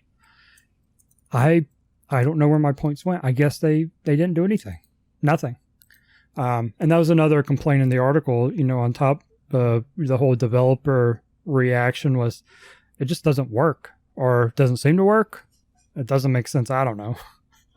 And I only spent $70. There are people that spent, $150, $200 and trying to get this, points for their teams so they can potentially get a free game on top of the games they're buying anyway. And yeah, like I said, this has got to be one of the worst. And it's interesting because normally it is only purchases that matter, but now they have like Steam achievements matter. So you go play this game and you'll get points, or you just do something. It doesn't even have to be an achievement. Like Stardew Valley, go catch a fish will give you some points. Okay, that's going to take me like 30 seconds to knock out like 6 of the Stardew Valley ones. Do I have to get an achievement, or can I just do it in the game? I don't even know. I didn't even have that question until just now talking about and thinking about it, because I wasn't going to go play Stardew Valley. I have Final Fantasy 14 to play. Are you crazy? I don't know.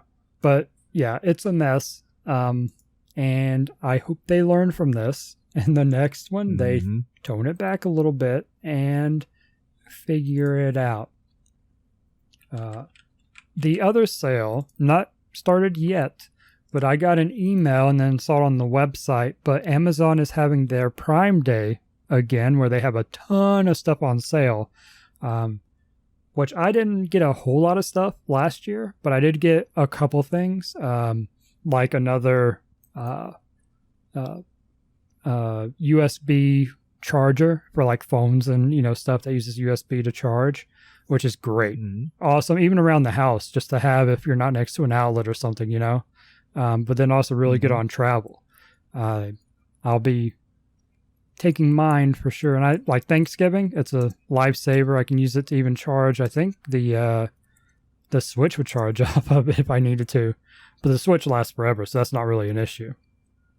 But yeah, so I usually use the Prime Day stuff for electronics. See what pops on that I didn't know I wanted or needed. But that is July 15th and 16th.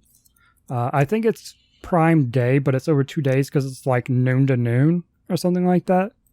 I don't know if it's actually 2 days or if it's just 24 hours spread across the 2 days.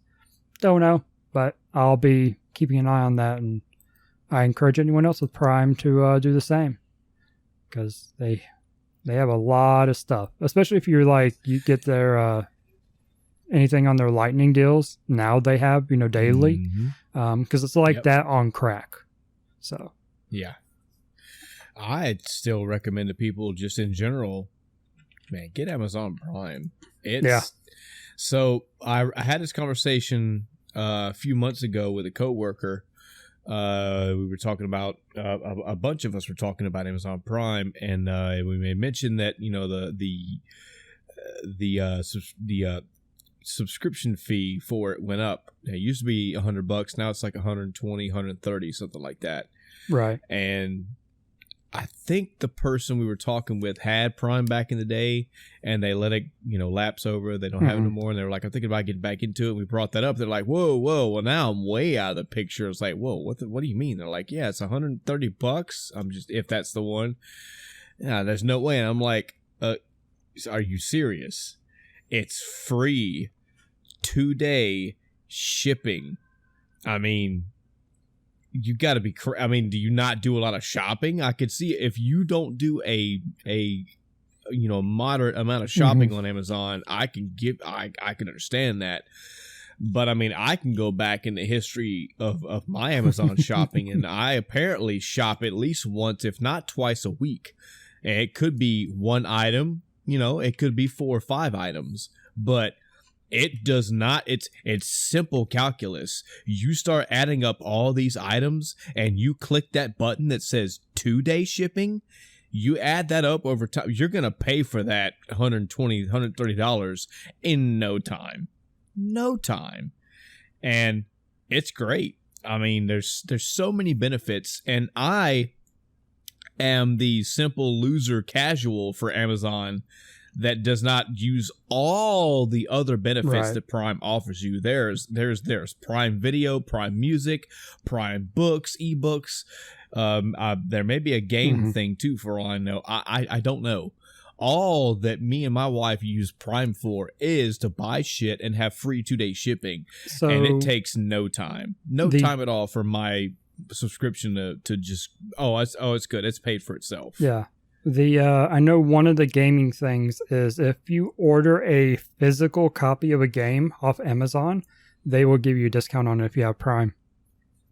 Nice. So if you still buy physical games, there you go.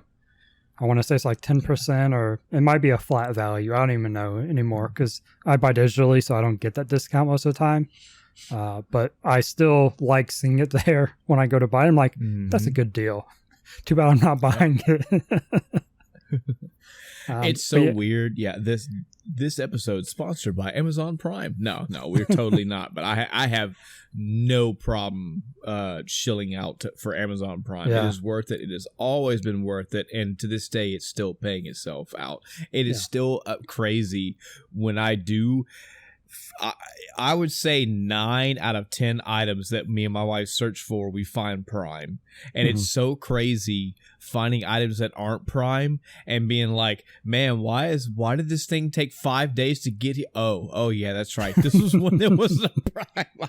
Yeah, we are so used to that now that when shit comes in at a normal pace, we're like, wait, what? Yeah, I was looking at my Amazon account. I was like, I don't order that much stuff. I haven't ordered that much stuff recently off Amazon. Let's see, it's June 27th, so halfway through 2019. I have 39 orders. Yep. Now, some of them are digital, but 39 orders. That's still, yep. I mean, it would take, and again, I get it. It's subjective. It's per person, per household, whatever. It would probably, everyone's different, but yeah, it does not take us long at all. I happily pay my 120 or 100. Let me just fucking look it out. Current. I wanted to bounce back just a little bit to Steam. And I actually forget why. Damn. I think I was going to praise the Steam sale. I honestly forget what it was I was going to mention about the Steam sale. Crap. Oh, well, Steam sale's awesome too. I mean, it's, I will admit my greed takes over, but I've gotten better about it now. Now since my library of Steam games is so extensive and growing, now I'm trying my best to go, okay, I do want that game. I'll wait. Oh, it's only $9. Yeah, but give it a month or so and it might be like $2. And I mean, okay, it gets to the point even with, I mean, this isn't just Steam either. I mean, this is regular games. It's like, okay, I could go to this game store and buy this game right now. Am I going to take this game home and start playing it tonight? Or do I want it just because I want to get it and have it? This is general practice for any gamer. I mean, getting that will save you in the long run. It's if you've got the money and you want to go buy 7 games at one time, brand spanking new, hey, go for it. It's your money. Do what you want. But are you really going to play all those? Imagine if you bought Dragon Quest 11 and Breath of the Wild and then like Persona 5 and 5 other games. I mean, that's great. You bought them all brand new and you spent $65 on every single one of them. Breath of the Wild alone, you're going to dump 100 or so hours into. And Persona. I mean, so it's going to be a while before you get around to those other games. You could have waited. That's kind of where my mentality goes when I see games on Steam. I'll put it on the list and go, okay, I really want that game. Okay, that's fine. It's fine to really want that game. But if I buy it at this price right now, am I going to drop everything and start playing it? Well, no, not really. Okay, then wait. Because in a month or so, it's going to be way down. Yeah, that's only bought the few I did because I've been watching, like Kingdom Come was the one I talked about. I've been watching it fluctuate, and I don't think it's going to get any lower for a long time. So I might as well grab it now. It's probably, I wouldn't be surprised if it doesn't get any better, other than, maybe the pack with DLC has another DLC, but I think they're done with the game. So actually the next thing that would cause a bigger discount would be a sequel, and then they sell a pack that has both. That'd be kind of the next savings, if you will. And I don't know if I want the sequel until I play the first one. So, which it wouldn't be the first time I bought a pack just so I could have the whole series and play the game from the start, and then haven't touched any of them yet. But that's not the point. I totally understand waiting, and I'm trying to do that as well. Like, I have 23 other games on my wish list, and I'll wait. So before we jump to the next news topic, I just want to throw this personal actually out there. Yeah, so Amazon Prime membership currently is $119 a year, or you can get a student membership of $59 a year. But if you go month by month, you pay $13 or $6.49 a month for students. And again, $120. That's what we pay annually. Yeah, no problem, because we make that up in no time. All I have to do is start looking at that price for 2-day shipping, and it's done. It's so simple, so easy to just blow this cost out of my mind. I looked, and last year I had just over 100 orders on Amazon. If each one of those was $1 shipping, I almost would have caught up. If it was only $1, but let's be real, shipping, especially 2 days, is going to be at $5 to $10 on each of those. Yep. That's $500 to $1,000 in shipping alone. That is a little algorithm that Amazon could adopt. Is like, hey, here is your 2018 spending statement.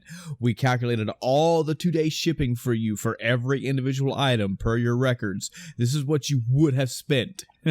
$573. You spent $119. Yep. So, awesome. All right, what's up? What else is on the news docket? All right, I'll hold off on the other 14 thing. Wait, did I have something else? Hold on, I think I didn't put it in Discord. Let me check my tabs real quick. Nope, Steam. There's this funny thing going on right now. I say funny, it's not a funny haha thing. And it's kind of funny. Wow, okay. Let me cut that because that sounds like I'm making a pun. No, I'm not cutting it. I refuse. I didn't mean literally cut it, but so Greg Miller from Kind of Funny, hence why I said cut that because but Greg Miller from Kind of Funny has been currently banned from E3 2020. Wow.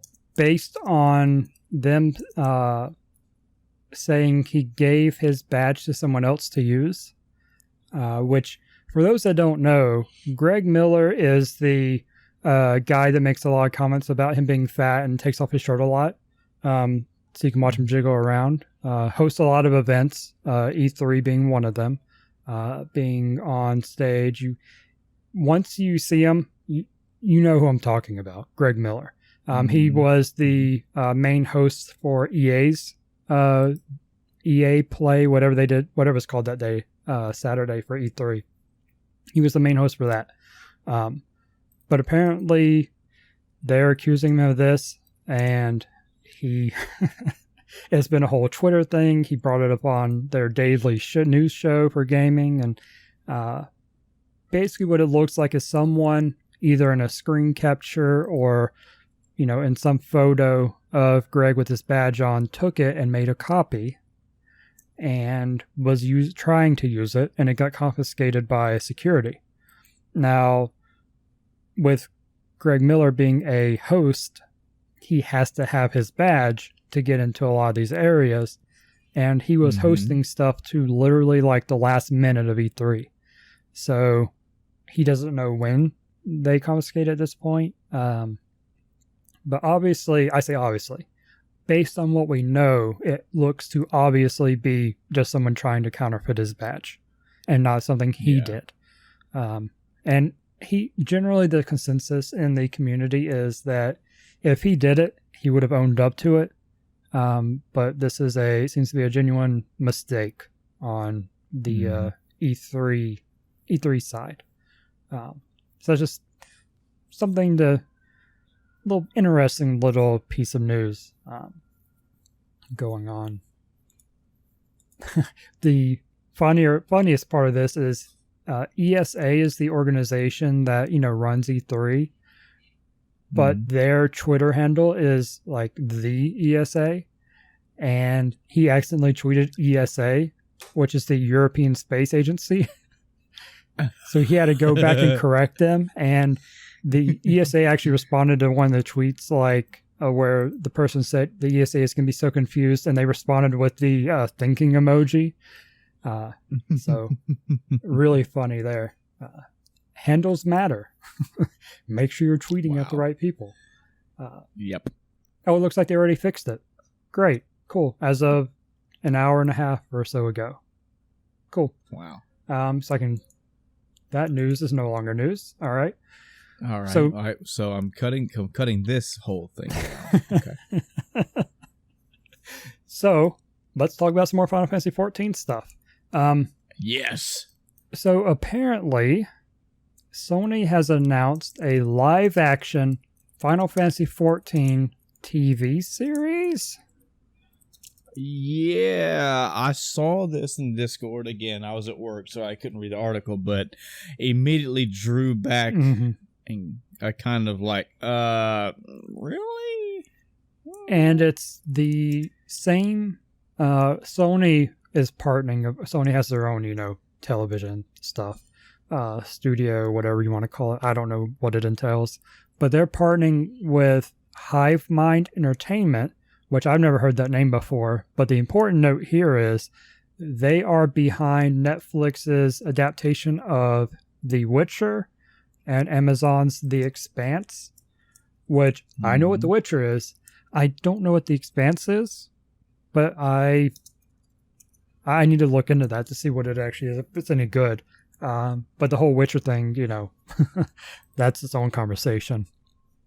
Yeah. So they're seeming to get more involved in gaming, I think is the basic way to put it, gaming adaptations. Anyway, I don't know. But yeah, so it seems interesting, and there are the thing to keep, I guess the high points is the best way to put it, it's based in, like I said, it's the 14 series. So it's based in Eorzea. And oh shit.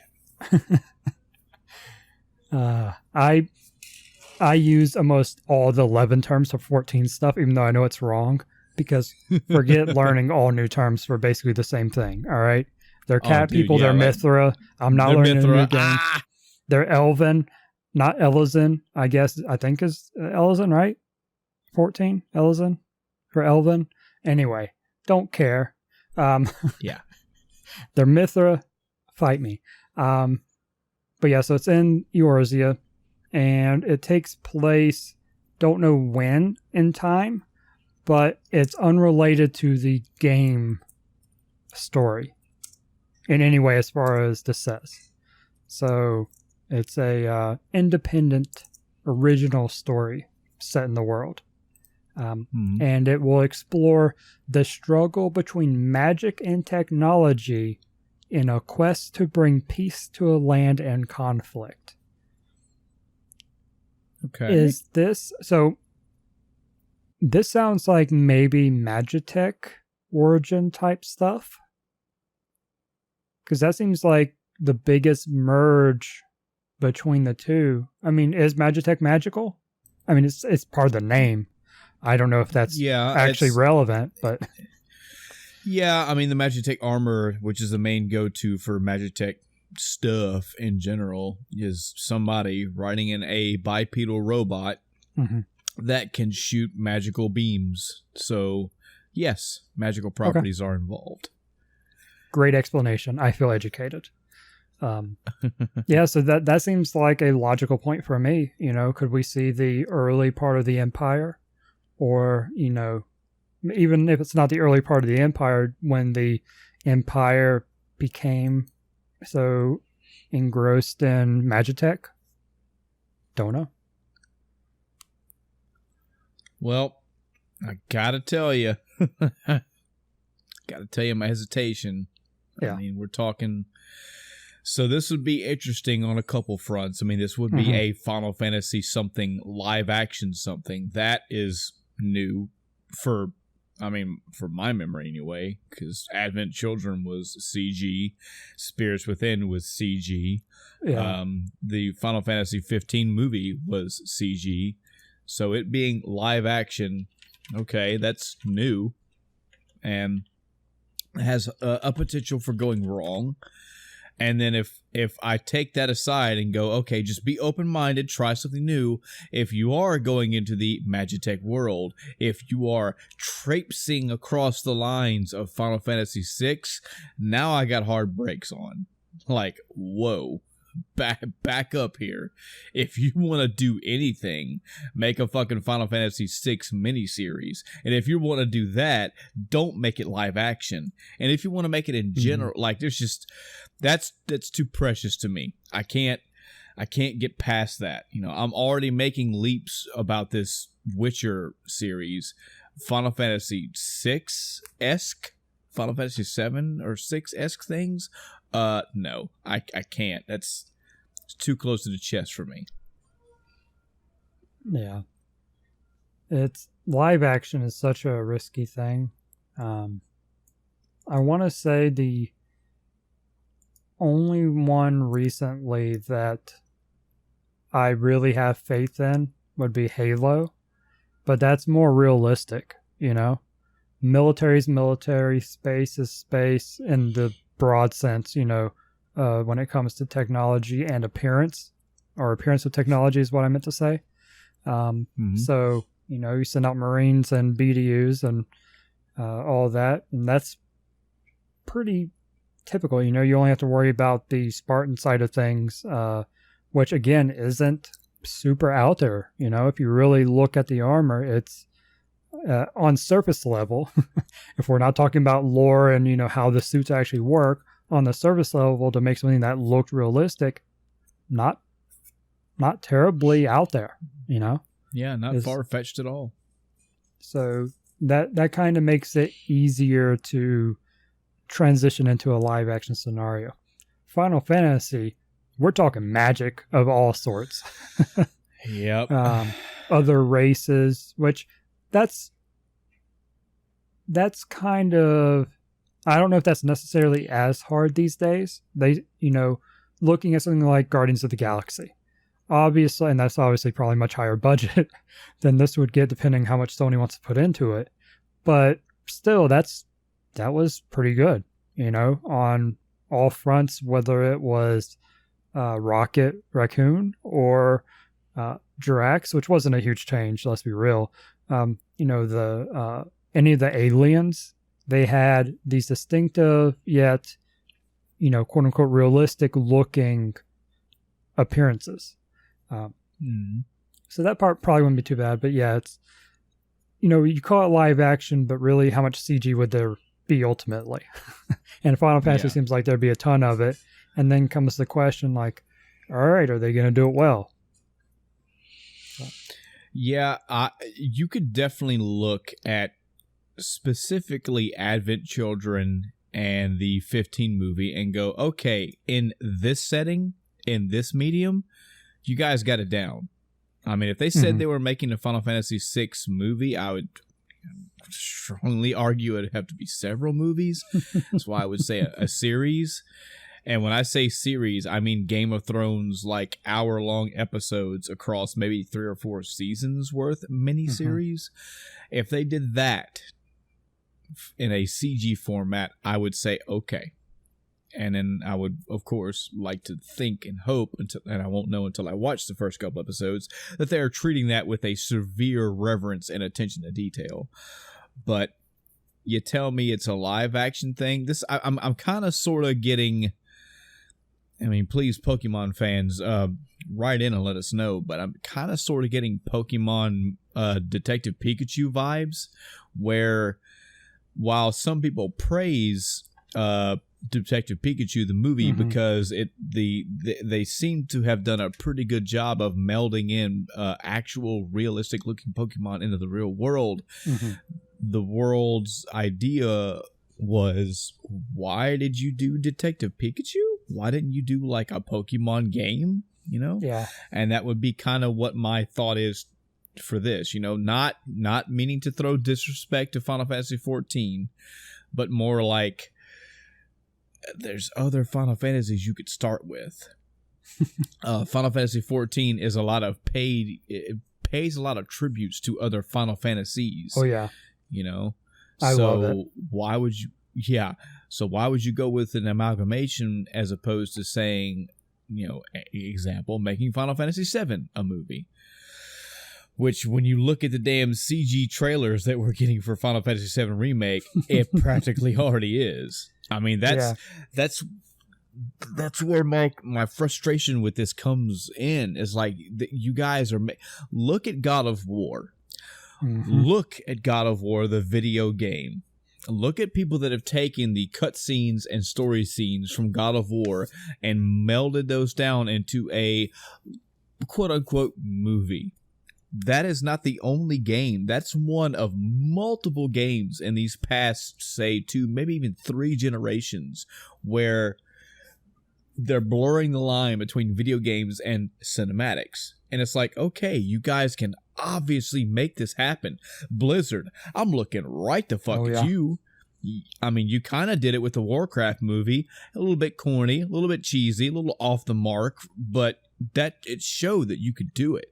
So maybe one of the potential solutions to this whole video game movie debacle is maybe try to get away from doing the live action thing and stick to CG. I think the big argument behind that is, well, that takes a long fucking time. And I can understand that. I can totally respect that. You know, CG movie is not... It's easier to crowd a bunch of people into a room in costume and have them do, say, 40 takes, and then that scene is done and you move on. You know, you get 3 scenes done in one day, and if within 7 months your entire movie's shot. Whereas if you're delicately handcrafting every individual frame via CG, you know, graphic design, much longer. At the same time, it looks better. It's almost like you're kind of a shoe-in to get it right, you know? I don't know. Yeah. What do you think about this Final Fantasy XIV live action? I mean, it's risky. I generally speaking try to be optimistic about a lot of these because I want them to be good. So I don't want to go in just going, well, it's going to suck. Yeah. But I, at the same time, recognize that we're, not there yet. We still have a ways to go with a video game to, television / movies, and whether it's live action or CG, CG itself isn't always good. We're getting there. Yeah. So I'm optimistic, but I'm also realizing it probably won't be that good. Yeah. But I hope it is. It's not their fault. We happen to have a lineage to look back on of video game movies. Mm-hmm. Maybe not so much video game shows, but yeah, this is a medium that still is not. We don't have the renaissance yet. If Final Fantasy XIV live action show is the first of the renaissance, well, hey, we got lucky. But here's one of the hopes. Okay. Final Fantasy XIV right now has exploded. A lot of people, just like me, coming back to the game going, wow, yeah, this is really good. And keeping playing. And they keep touting that they have the most subscribers, unique subscribers that they have ever had, and it just continues to climb.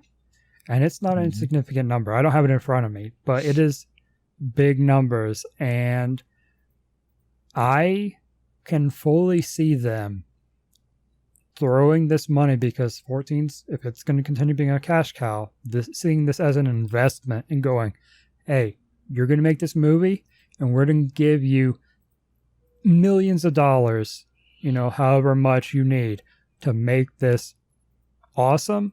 Because we do not want to besmirch the Final Fantasy XIV image that we have worked so hard since, 1.0 to Realm Reborn on forward. We've worked so hard. We do not want to screw this up. So we're going to throw money at you until you do it right. Or say you do it right, I guess I should say. Yeah. And that's kind of, maybe they're going to take that approach. That'd be really good. That would be encouraging to know that if we had any sort of insight like that.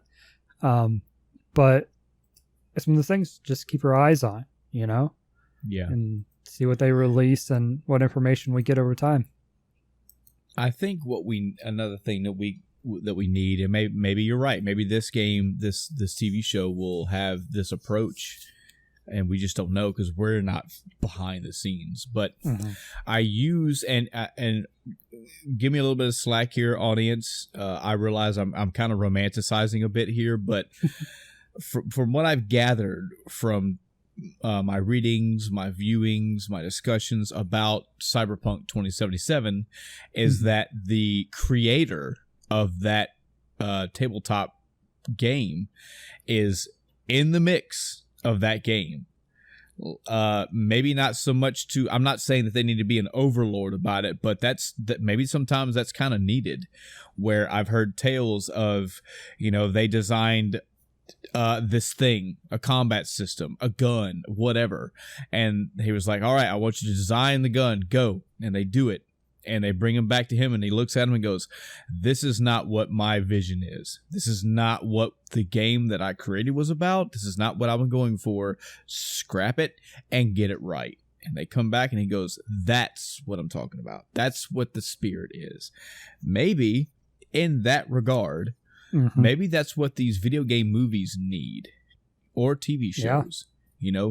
You need the people there. For example, let's say, language barriers aside, don't even give me that shit. We have translators. Fuck off.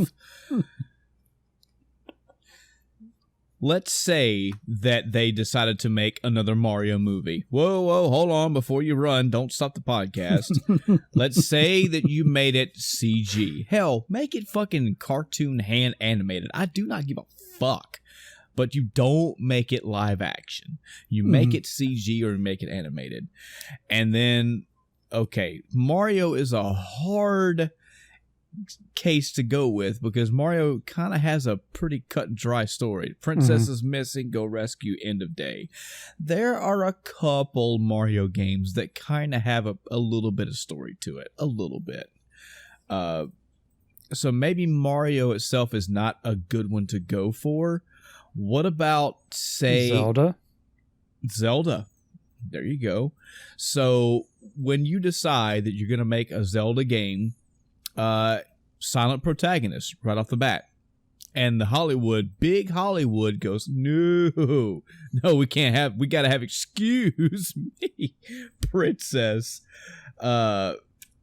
Yeah, so they go off and they haul off and write this script and everything, and he walks in and he sees the script, and the first 4 lines are like Link talking, and he just fucking pulls out a match and just burns it. No. Yeah. This is not what we do. Link has no dialogue. Well, how are we going to sell to? I don't give a fuck who you sell it to. And I mean, this could be carried across the realm. I mean, it could be for a God of War movie. It could be for a fucking Devil May Cry movie. You pick a game that has a story. Have the director / writer / producer come in and just go, no, this is wrong. This is not what this game is about. This is not what the story was about. Why are you doing it this way? Go back to the board and put this. And he shows them the game. Says, put this on the big screen. Yeah. Let's look at Game of Thrones. It's a very good recent example. They had book content up to a certain point, and I don't know how much, George R. R. Martin was involved in the overall production. It seemed to be less and less over time, if I'm going to be real here. Especially after the book content, it was like, yeah, y'all do what you want. This is kind of how it's going to end, so whatever you want to do.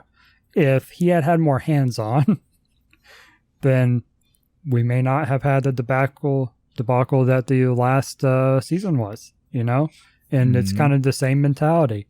If the source, if the author, if whatever you want to call the person, whether it's a game, a book, etc., if they say, no, this is wrong, that alone would just make such a big difference in the end result. Instead of going, yeah, I want my paycheck, so you do what you want as long as I get my money in the end.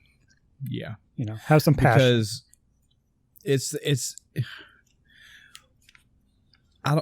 so hard for people to make this drastic mental leap over this. It's such a small gap, but they make it out to be such a huge leap, where, again, using Cyberpunk as a perfect example, the creator of that game, in and of himself, and with his creation, he is an artist. Think of him as an artist. He painted that game, that tabletop game, the way his vision thought of it. Okay. Now, all art, all of that stuff is subjective. There's no rule out there saying because they poured their heart and soul into it that they would push that in front of Chris and Chris would love it. Like it's still subjective. He may not like it, but the point is that was his game. That was his vision. He wasn't trying to sell to the lowest common denominator or the largest denominator. He wasn't trying to appeal to the mass markets. He said, I made this from start to finish this way. Now, translate this into a video game. And they add these weapon schematics and they add this and this is how we're doing the combat and this is what the music will sound like and this is blah, blah, blah, blah. And he goes, no, this is not my vision. It's so hard for people to want to make that leap because they feel like, well, what if I don't like your vision? That's fine. That's fine if you don't like their vision.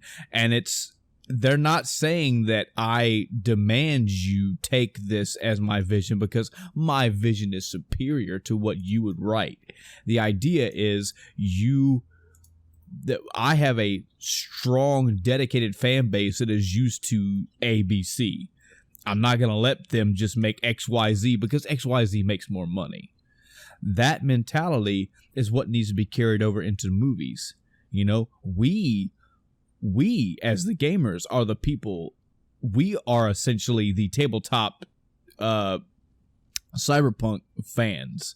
Mm-hmm. We're saying, whoa, we don't like this movie at all because this is nothing like what we interpret as the spirit or the vision of that game because we've played it. You know, we are the in the know. If you don't believe us, ask the fucking people who created the game. You know, they'll tell you. So, I mean, if they won't listen to us, it's kind of hard to listen to us because we're the aftermath. We get the product. They should have the people right there. You know, and I'm fine with it. I'm fine with them cracking the whip if they have to. The idea is this needs to stay in the spirit of what I made it or what we made it. You know, imagine if this would be so stupid. I don't even know if I should use this as an example, but imagine if in 2023 they made a God of War movie and they tout that it's a God of War movie based off of the hit 2018 video game, but they changed it all to like Greek. I mean, I don't know, Roman mythology. Who knows? And it's like, I don't know. Or they try to set it in the future. So like, there's just so many things that you're almost today not surprised by the bullshit that these companies will play on you. It would be a much better idea to have that fucking team, Sony Santa Monica, there going, you're going to make God of War into a movie? Sit down for a minute. For one, we've already done most of the work for you. Yeah. But second, this is how it's going to be done. Why are you giving Kratos a sword? He doesn't have a sword. He has an axe. Well, the demographics, I don't give a fuck about the demographic. You know? Why does Kratos now have like a freaking top knot braid down at the center of his head? Well, I don't care. You're not going to change this. This is what needs to be portrayed to the screen. Portray it to the screen. Come back when you get it right. Oh, man. Welcome to fucking video game movie tirade. I'm telling you, Chris, you can wind me up on this subject and I will go. I'm the fucking chattering monkey with the symbols, man. I will go all day. You know who I could see being Kratos? Travis Willingham. Yes. You know the Critical Role intro where he has the grog. I'd say outfit, but it's mostly makeup type stuff. But when he's made to look like grog, that's not a big transition over to Kratos. Yeah, and he has thank God, he has the voice. Yeah. Oh man. I want that now.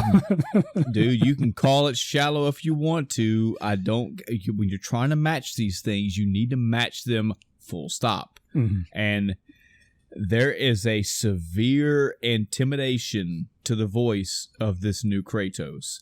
You cannot have a fucking Justin Timberlake do the voice. Like, you can't. I'm sorry. Vin Diesel, sure, he's got a deep voice. He could probably pull it off.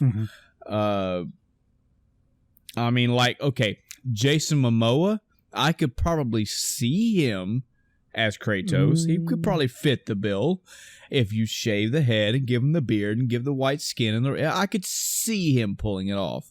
But the voice, I mean, it's a part of him. That is a part of Kratos. Kratos doesn't go, boy. Boy. It's yeah. There's attention to detail like that is critical. And it would be so awesome to have the actors in a video game movie to actually be video game voice actors. Like Travis Willingham is a video game voice actor on top of, all the other stuff he does.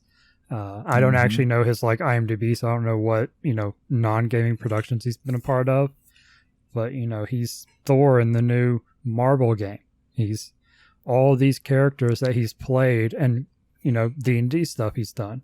He's obviously very talented, and it'd be cool to see him and others like that, transition. I say transition, I use the word loosely because most of them are full-blown, TV actors in some way or another. But to see them be transformed from just that voice we hear while we're playing to the face we see on the screen as well. Yep. So I realize we've bantered on quite a bit about video game movies. I take all the blame. That's me. This will be a subject with me until it's fucking 2026 and we have had our 7th video game renaissance movie where we are getting movies that are the quality and care of, say, the MCU. We don't have it. We haven't had it yet. I mean, we've got TV shows that I think we brought this up before, but I've heard that Henry Cavill apparently likes the Witcher series. The Witcher 3 game in particular, maybe, and that's fine. But Henry Cavill doesn't write and direct and produce that show. Someone else does. So what is their vision? I can't. I will go on for another 2 hours about this damn subject. I'm waiting. We'll see. So, just haven't had it yet. Last thing on this subject. Did we talk about Mortal Kombat getting a new movie? No, we didn't. Yes. But that's okay. All right. I just pulled it up because I couldn't remember the details. But apparently March 5th, 2021. New Mortal Kombat movie. Holy crap. That's... Mortal Kombat's doing some stuff, man. They started pre-production last month. Wow. So, it's actually happening. Yes. Okay. Yep. Right. Well, pre-production technically is still an iffy state. Once they start full-blown production, then we can say, all right, it's a full thing. But yeah. I don't know. This article doesn't, I don't think, give any details on, what this is kind of based around. If it's going to be related. I think this is just a straight-up reboot. Sure. Is what it is. So I'm fine with that. Oh, yeah. And again, with the last few Mortal Kombat games we've had, they can do it. They have shown in their games that they can actually put a thorough, decent, good story in. Now, you just got to make it a movie. And again, with Mortal Kombat, I mean, even speaking of the most recent one, Mortal Kombat 11, there is a story campaign in that game. You can, and it already has been done multiple times, take the cutscenes and make that into essentially a Mortal Kombat 11 movie. Guess what? When you watch that, you are watching a Mortal Kombat movie. So there you go. I mean, it's obvious they can do it. Now they just got to do it on the big screen. Man, Mortal Kombat's doing such good stuff lately. Mortal Kombat 11 itself, dude, having Shang Tsung be a new unlockable character, a new DLC character, but having the model be the Shang Tsung from the 1990s movie. Yeah. Oh, golden. You get it, Mortal Kombat. You get it, and I love it. Yep. So, all right, we can move on from movies if you want. yeah. I don't want to, honestly, but we have to, out of necessity. So, how was your week? Well, my week, man, this might be a short one for me. I say that, but I think last time I just made the mark. Only 2 games still. I as well did get into the Steam sale. Spent a little bit more money, but who the fuck cares, man? This is not. It's not a bragging game. Who spent more money?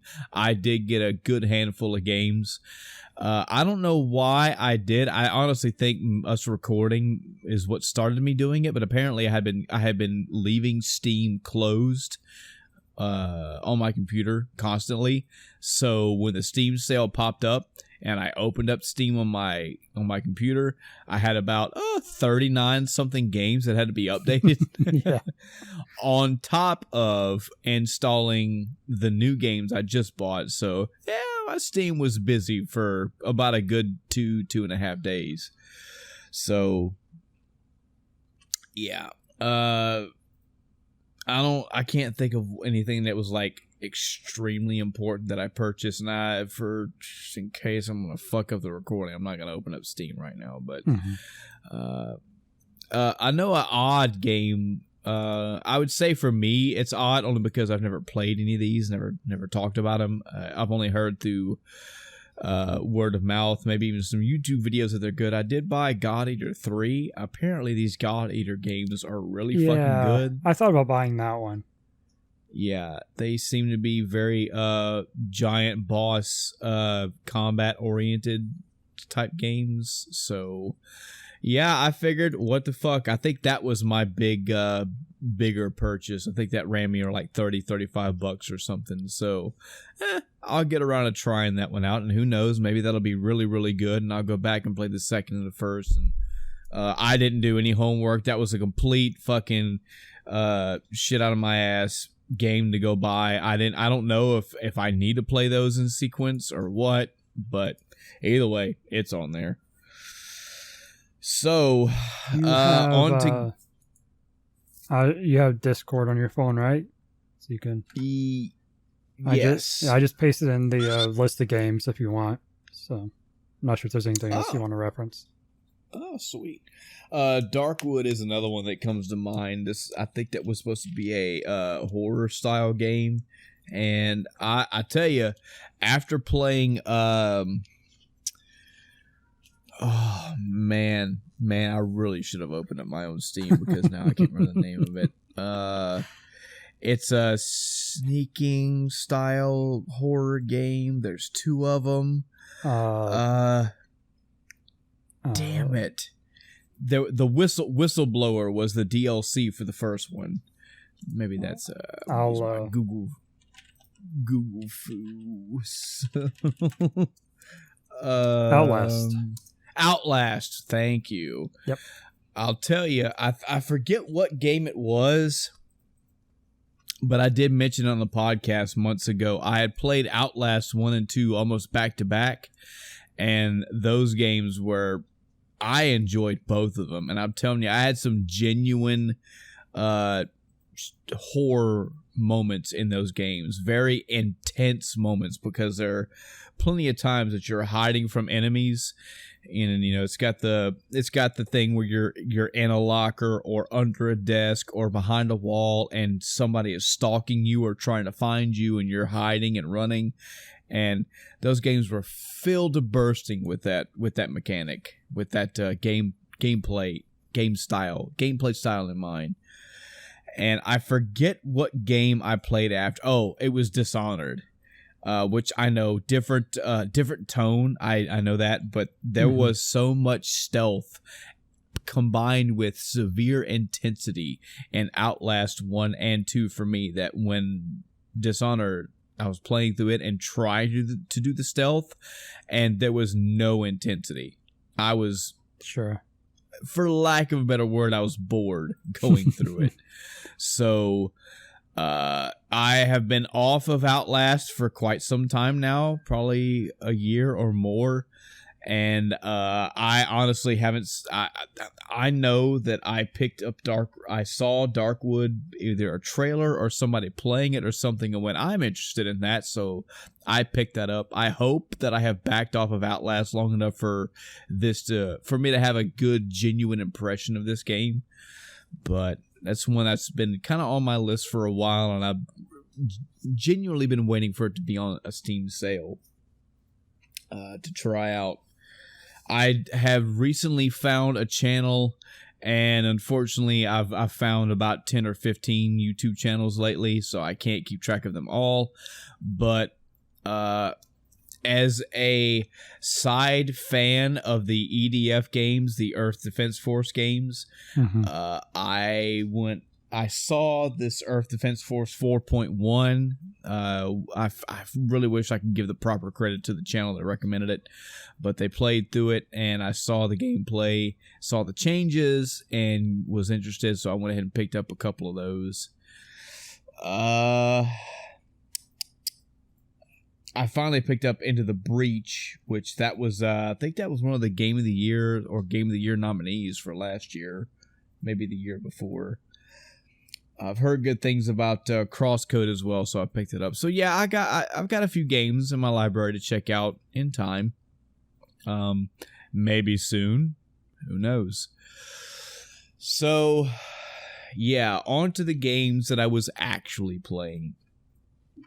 So if you paid attention to the past few episodes, I've been playing Tales of Destiny, and I have stopped playing Tales of Destiny. Oh boy. So yeah. Strong start. I was into it. I was enjoying it. I was having fun with it. The story was captivating enough. The combat I enjoyed. The puzzle solving in the dungeons. All that stuff was going great. Spoiler free. I have just become disinterested. Almost in the matter of a day's playthrough. Oh, I'll say at least 2 to give it proper credit, but I still say try it out. Maybe you'll have a better experience than me. But spoilers for Tales of Destiny. So, Chris, remember I said that I fought a boss and he kicked my ass quite a few times. I actually had to go back and grind, and I knew again. I'm kind of repeating stuff from last episode, but I could tell that the game was kind of sort of faking you out, making it seem as though this is the end of the game, and I knew it wasn't.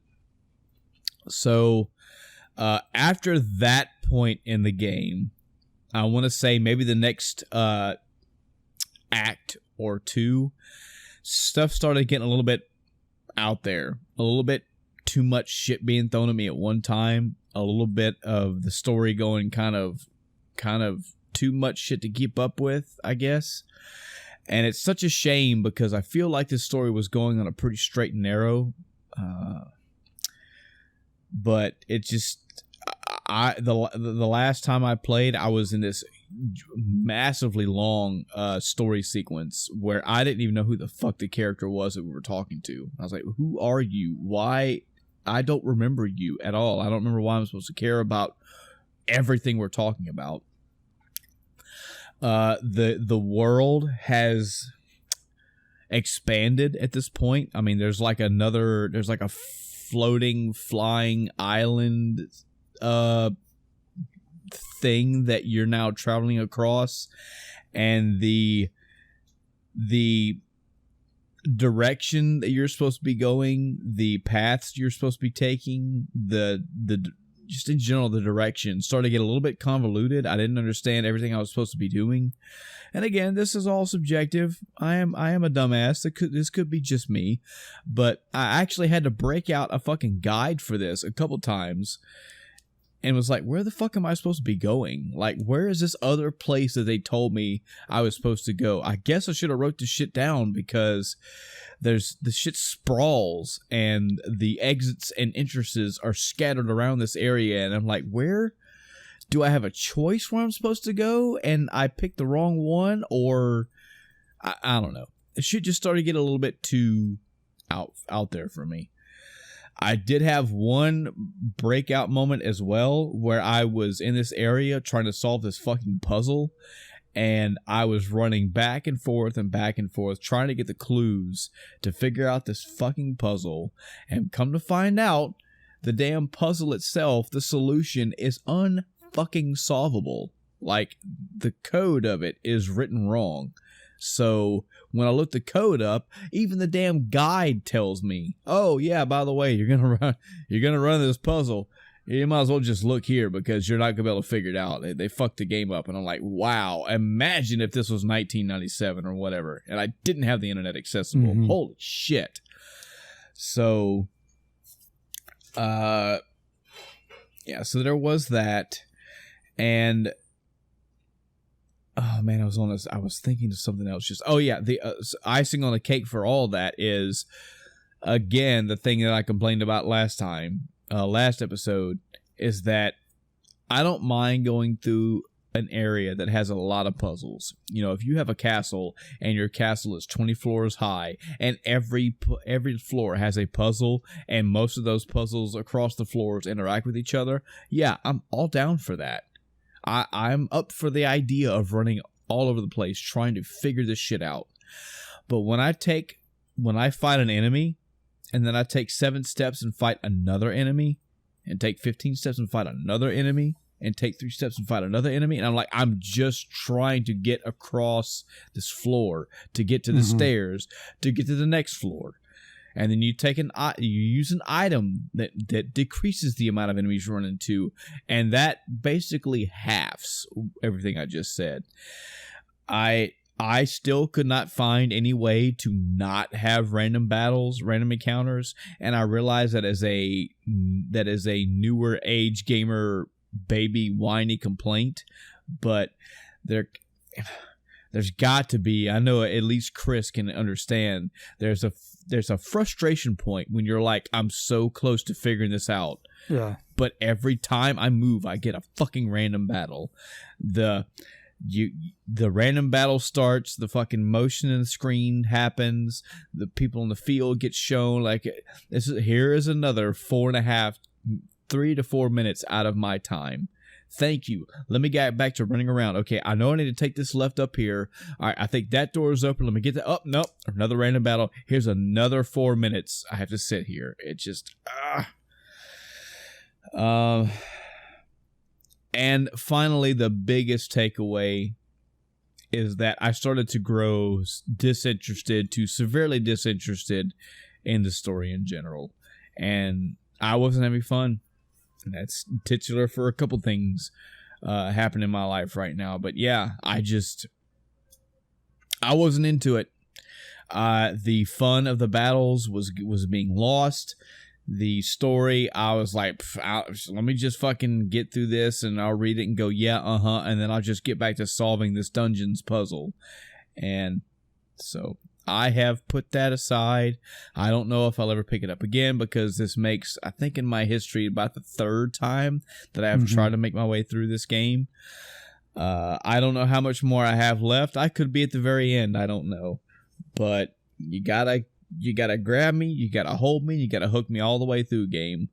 You had it good. You had it going good at the beginning for the good shit. Probably 30, 40 hours I was playing you, but it just started tapering off. I think another game that I had this issue with was Wild Arms.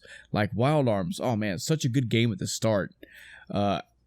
Anime intro aside, the fact of playing across 3 separate characters and them having their own actions and having those actions take effect of the real world, slowly that story started going way the fuck out there. You're fighting monsters and bosses and enemies, and you're like, I have no fucking idea what's going on right now.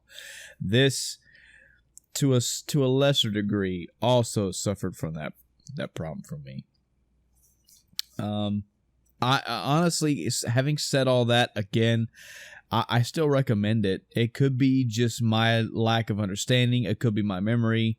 I have had a very busy couple weeks, so trying to come home and keep up with, the new D&D story and the new gameplay, this and the new 14 different plot twists in this game. I was just mentally exhausted and just couldn't take it. Who knows? But yeah, I put that to the side. I still give it its praises for what it has, especially the graphics and the music. I mean, all that stuff is still good. So the other game that I have been working on still being genuinely happy with it is Yooka-Laylee. I have gone through the first area and have so apparently Yooka-Laylee, they may have already told me this and I just didn't pay strict enough attention to it, but so imagine say Mario 64. So if you have enough stars, you can unlock a new area. Well, Yooka-Laylee has the same idea. If you have enough feathers or whatever they're called, or pages or whatever, you can unlock the next area. But they also have another mechanic or another system where if you pay more afterward, you can essentially expand the area, which it'll be the same area, but a few new areas will be unlocked in that main hub world. So, like the first area that I was in, I went around and did most, if not all, of the little quests involved.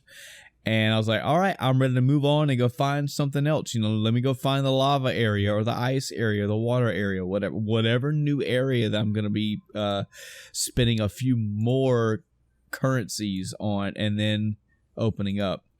And it was like, hey, by the way, just to remind you, you can actually stay right here. You can pay some more and unlock expanded areas of this. Apparently, all the areas have expansions. So I did unlock it. I wandered around for a bit. I found a pretty cool, what I'm assuming was a DLC character guest appearance. But I did not do the quest that he asked for or the event. I backed out and explored the main hub world a little more. Found an ice area, opened it up, and started doing some quests and getting rewards in that area. And yeah, I mean, it's got there's not that much that this game is doing to reinvent the wheel, and I'm happy for that. You're unlocking items. Well, I don't know about unlocking items, but you are unlocking maneuver abilities. So, like, I believe you unlock a roll ability, you'll unlock a ground pound ability, and a high jump ability. And of course, as you gain these, they get you access to other areas in the main hub world, thereby allowing you access to new worlds and periods. So, yeah, it's a general progression system in that mindset. And then in the areas themselves, there are a ton of collectibles, and I'm all about that. I'm all about everything this game has to offer me. Fun fact, there is an NPC named Vendy. She's basically like a anthropomorphized vending machine, and if you pay her money, she grants you what I would say maybe are cheats. I equate them more to like GoldenEye 64 cheats, where it's like not always out there to give you unlimited ammo or something, even though something like that may exist, but they have other options as well that you can unlock just for fun. For example, GoldenEye 64 has a paintball mode. You click that on, doesn't do really anything for you tactically, but it's fun to have as an unlockable. This game has a Nintendo 64 filter unlockable, and I don't know if it's the version of the game that I got. Maybe this game already had DLC and I purchased it, I don't know, but that option was available and I clicked it on, and yeah, pretty fucking to the nose N64 filter was applied. I felt like I could have genuinely played the game that way with that filter on. It was that well done. But I went ahead and took it off because, honestly, the game looks really good just in its standard mode. And, this game tickles an itch for me, period. This is a 3D platformer game, and, yeah, I'm having fun. I don't know what I'm going to be working on next. I'm still trying my best to keep this a backlog a year. I do have some Steam games that I just purchased, so who knows? I genuinely feel that right now I'm in the mood to get some Banjo-Kazooie game time in. And yeah, with the fact of me putting down an RPG, a fairly lengthy RPG as well, it's probably going to be what I'll be playing for a while. And I think that's pretty much it for my week, man. I haven't, no TV shows, no anime, no movies, none of that stuff. You know what? I do want to mention this. Let me go look this date up real quick. The name of the next Spider-Man movie, Chris? Far From Home? Far From Home. Well, I didn't have to Google that one. Comes out next month. Wow. Days away. July the 2nd. Oh, wow. Yeah, I actually have tickets purchased for this already. And, we'll be going to see this in theaters. This is going to be my next movie theater experience. So many interesting things that I'm waiting for with this movie. One, I'm waiting for. I can't wait to see more Tom Holland Spider-Man. I already know that's going to be good. 2, I want to see Jake Gyllenhaal as the villain in this movie because a few reasons. I was talking to Adam about this, that the people in general. Okay, me.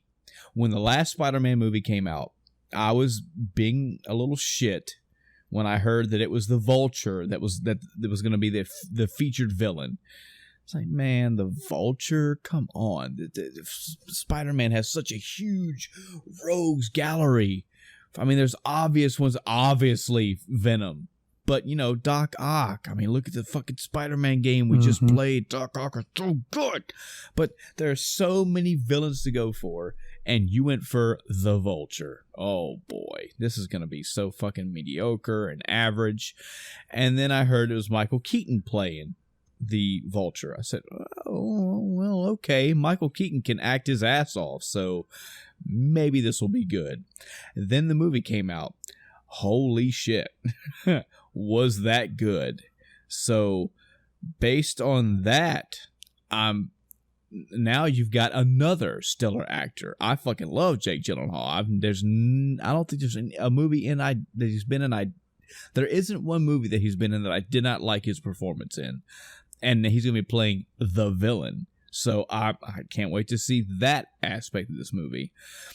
What I'm also really looking forward to is seeing how much of this middle ground between phases / setting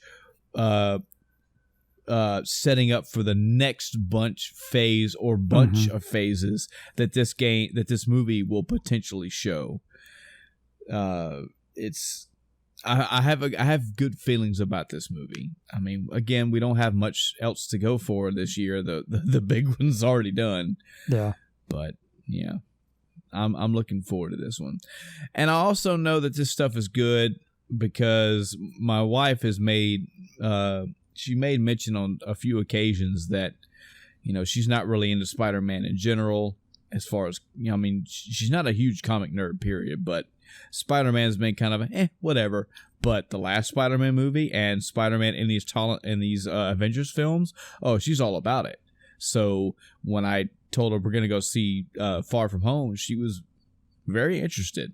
It wasn't okay, I'll go with you because I know you like it. She wants to see it too. So it just shows, again, that Marvel Cinematic Universe is doing a bang-up job with their properties. And yeah. Now, likelihood of us seeing X-Men referenced at all in this movie, I'm not looking for that. Yeah. I've heard tell that the idea is X-Men are coming, but don't look for them in any time soon. I take that as don't look for them any year soon, you know. However, about 2022 rolls around and I'm not seeing X-Men hints, we got a problem. It's bullshit. That's right. The latest movie came out, didn't it? Yeah, the And Dark Phoenix. Yeah, I heard that it wasn't very good. Yeah, I heard pretty shit-tacular, man. And can't, unlike the Apocalypse movie that I did see, I can't really say anything about it because I haven't seen it. But wow, it has a 23% on Rotten Tomatoes and a 43% on Metacritic. Wow. Yeah. It barely has made its budget. For one, this is their fault. This is their fault again. The Phoenix Saga. It is a fucking saga. Mm-hmm. Okay? This is like 4, 5, 6 movies, not one. And this is not the first time y'all have done this. So, you fucked up yourself. I already had it's such a shame that I think this way because again, I'm putting up the actors against the movie itself. These actors in these X-Men movies for the most part are good actors, And it's also that you've seen them in other films.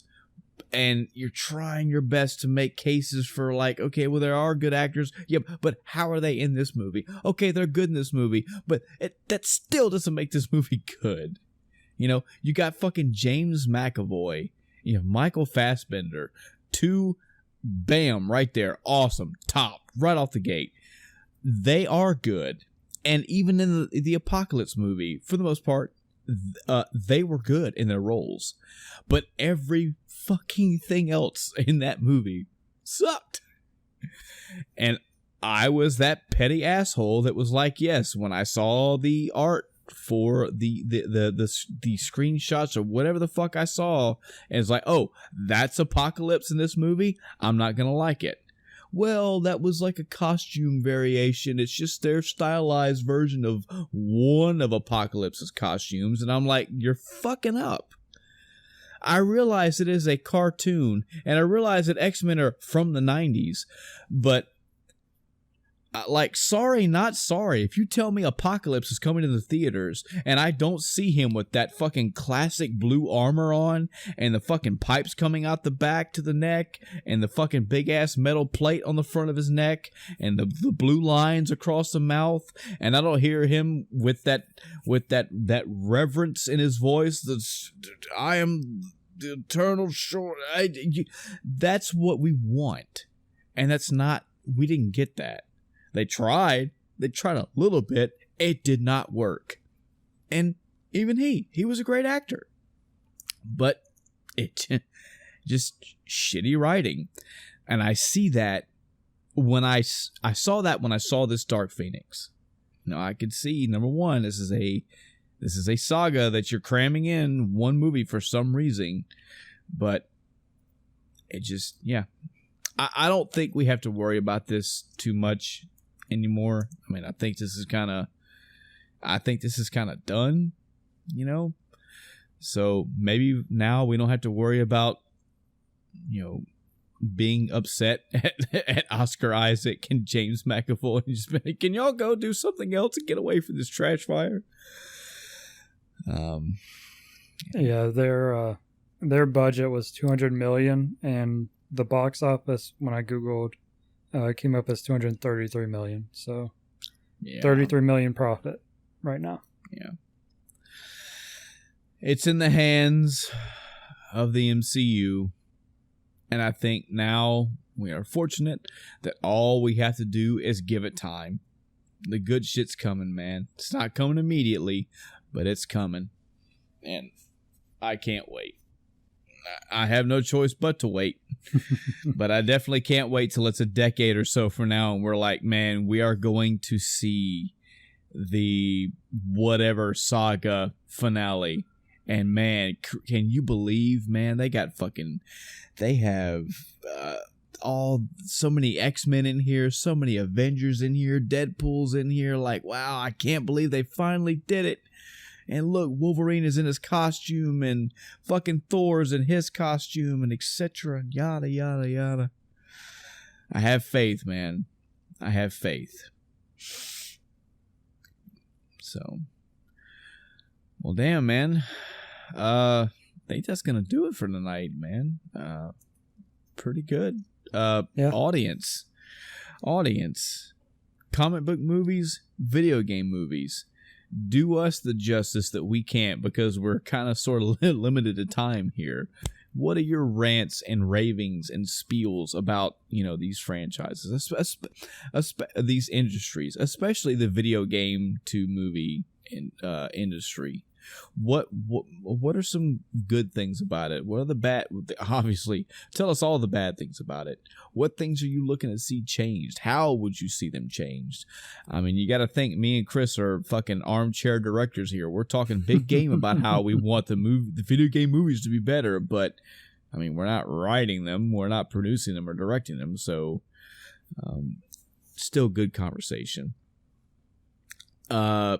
Are you an MMORPG player? Do you play WoW? Do you play Final Fantasy 14? If you play 14, are you interested in the patch? Are you excited for the expansion coming out? Do you have a loose interest in MMORPGs or Final Fantasy 14, or thinking about getting into it?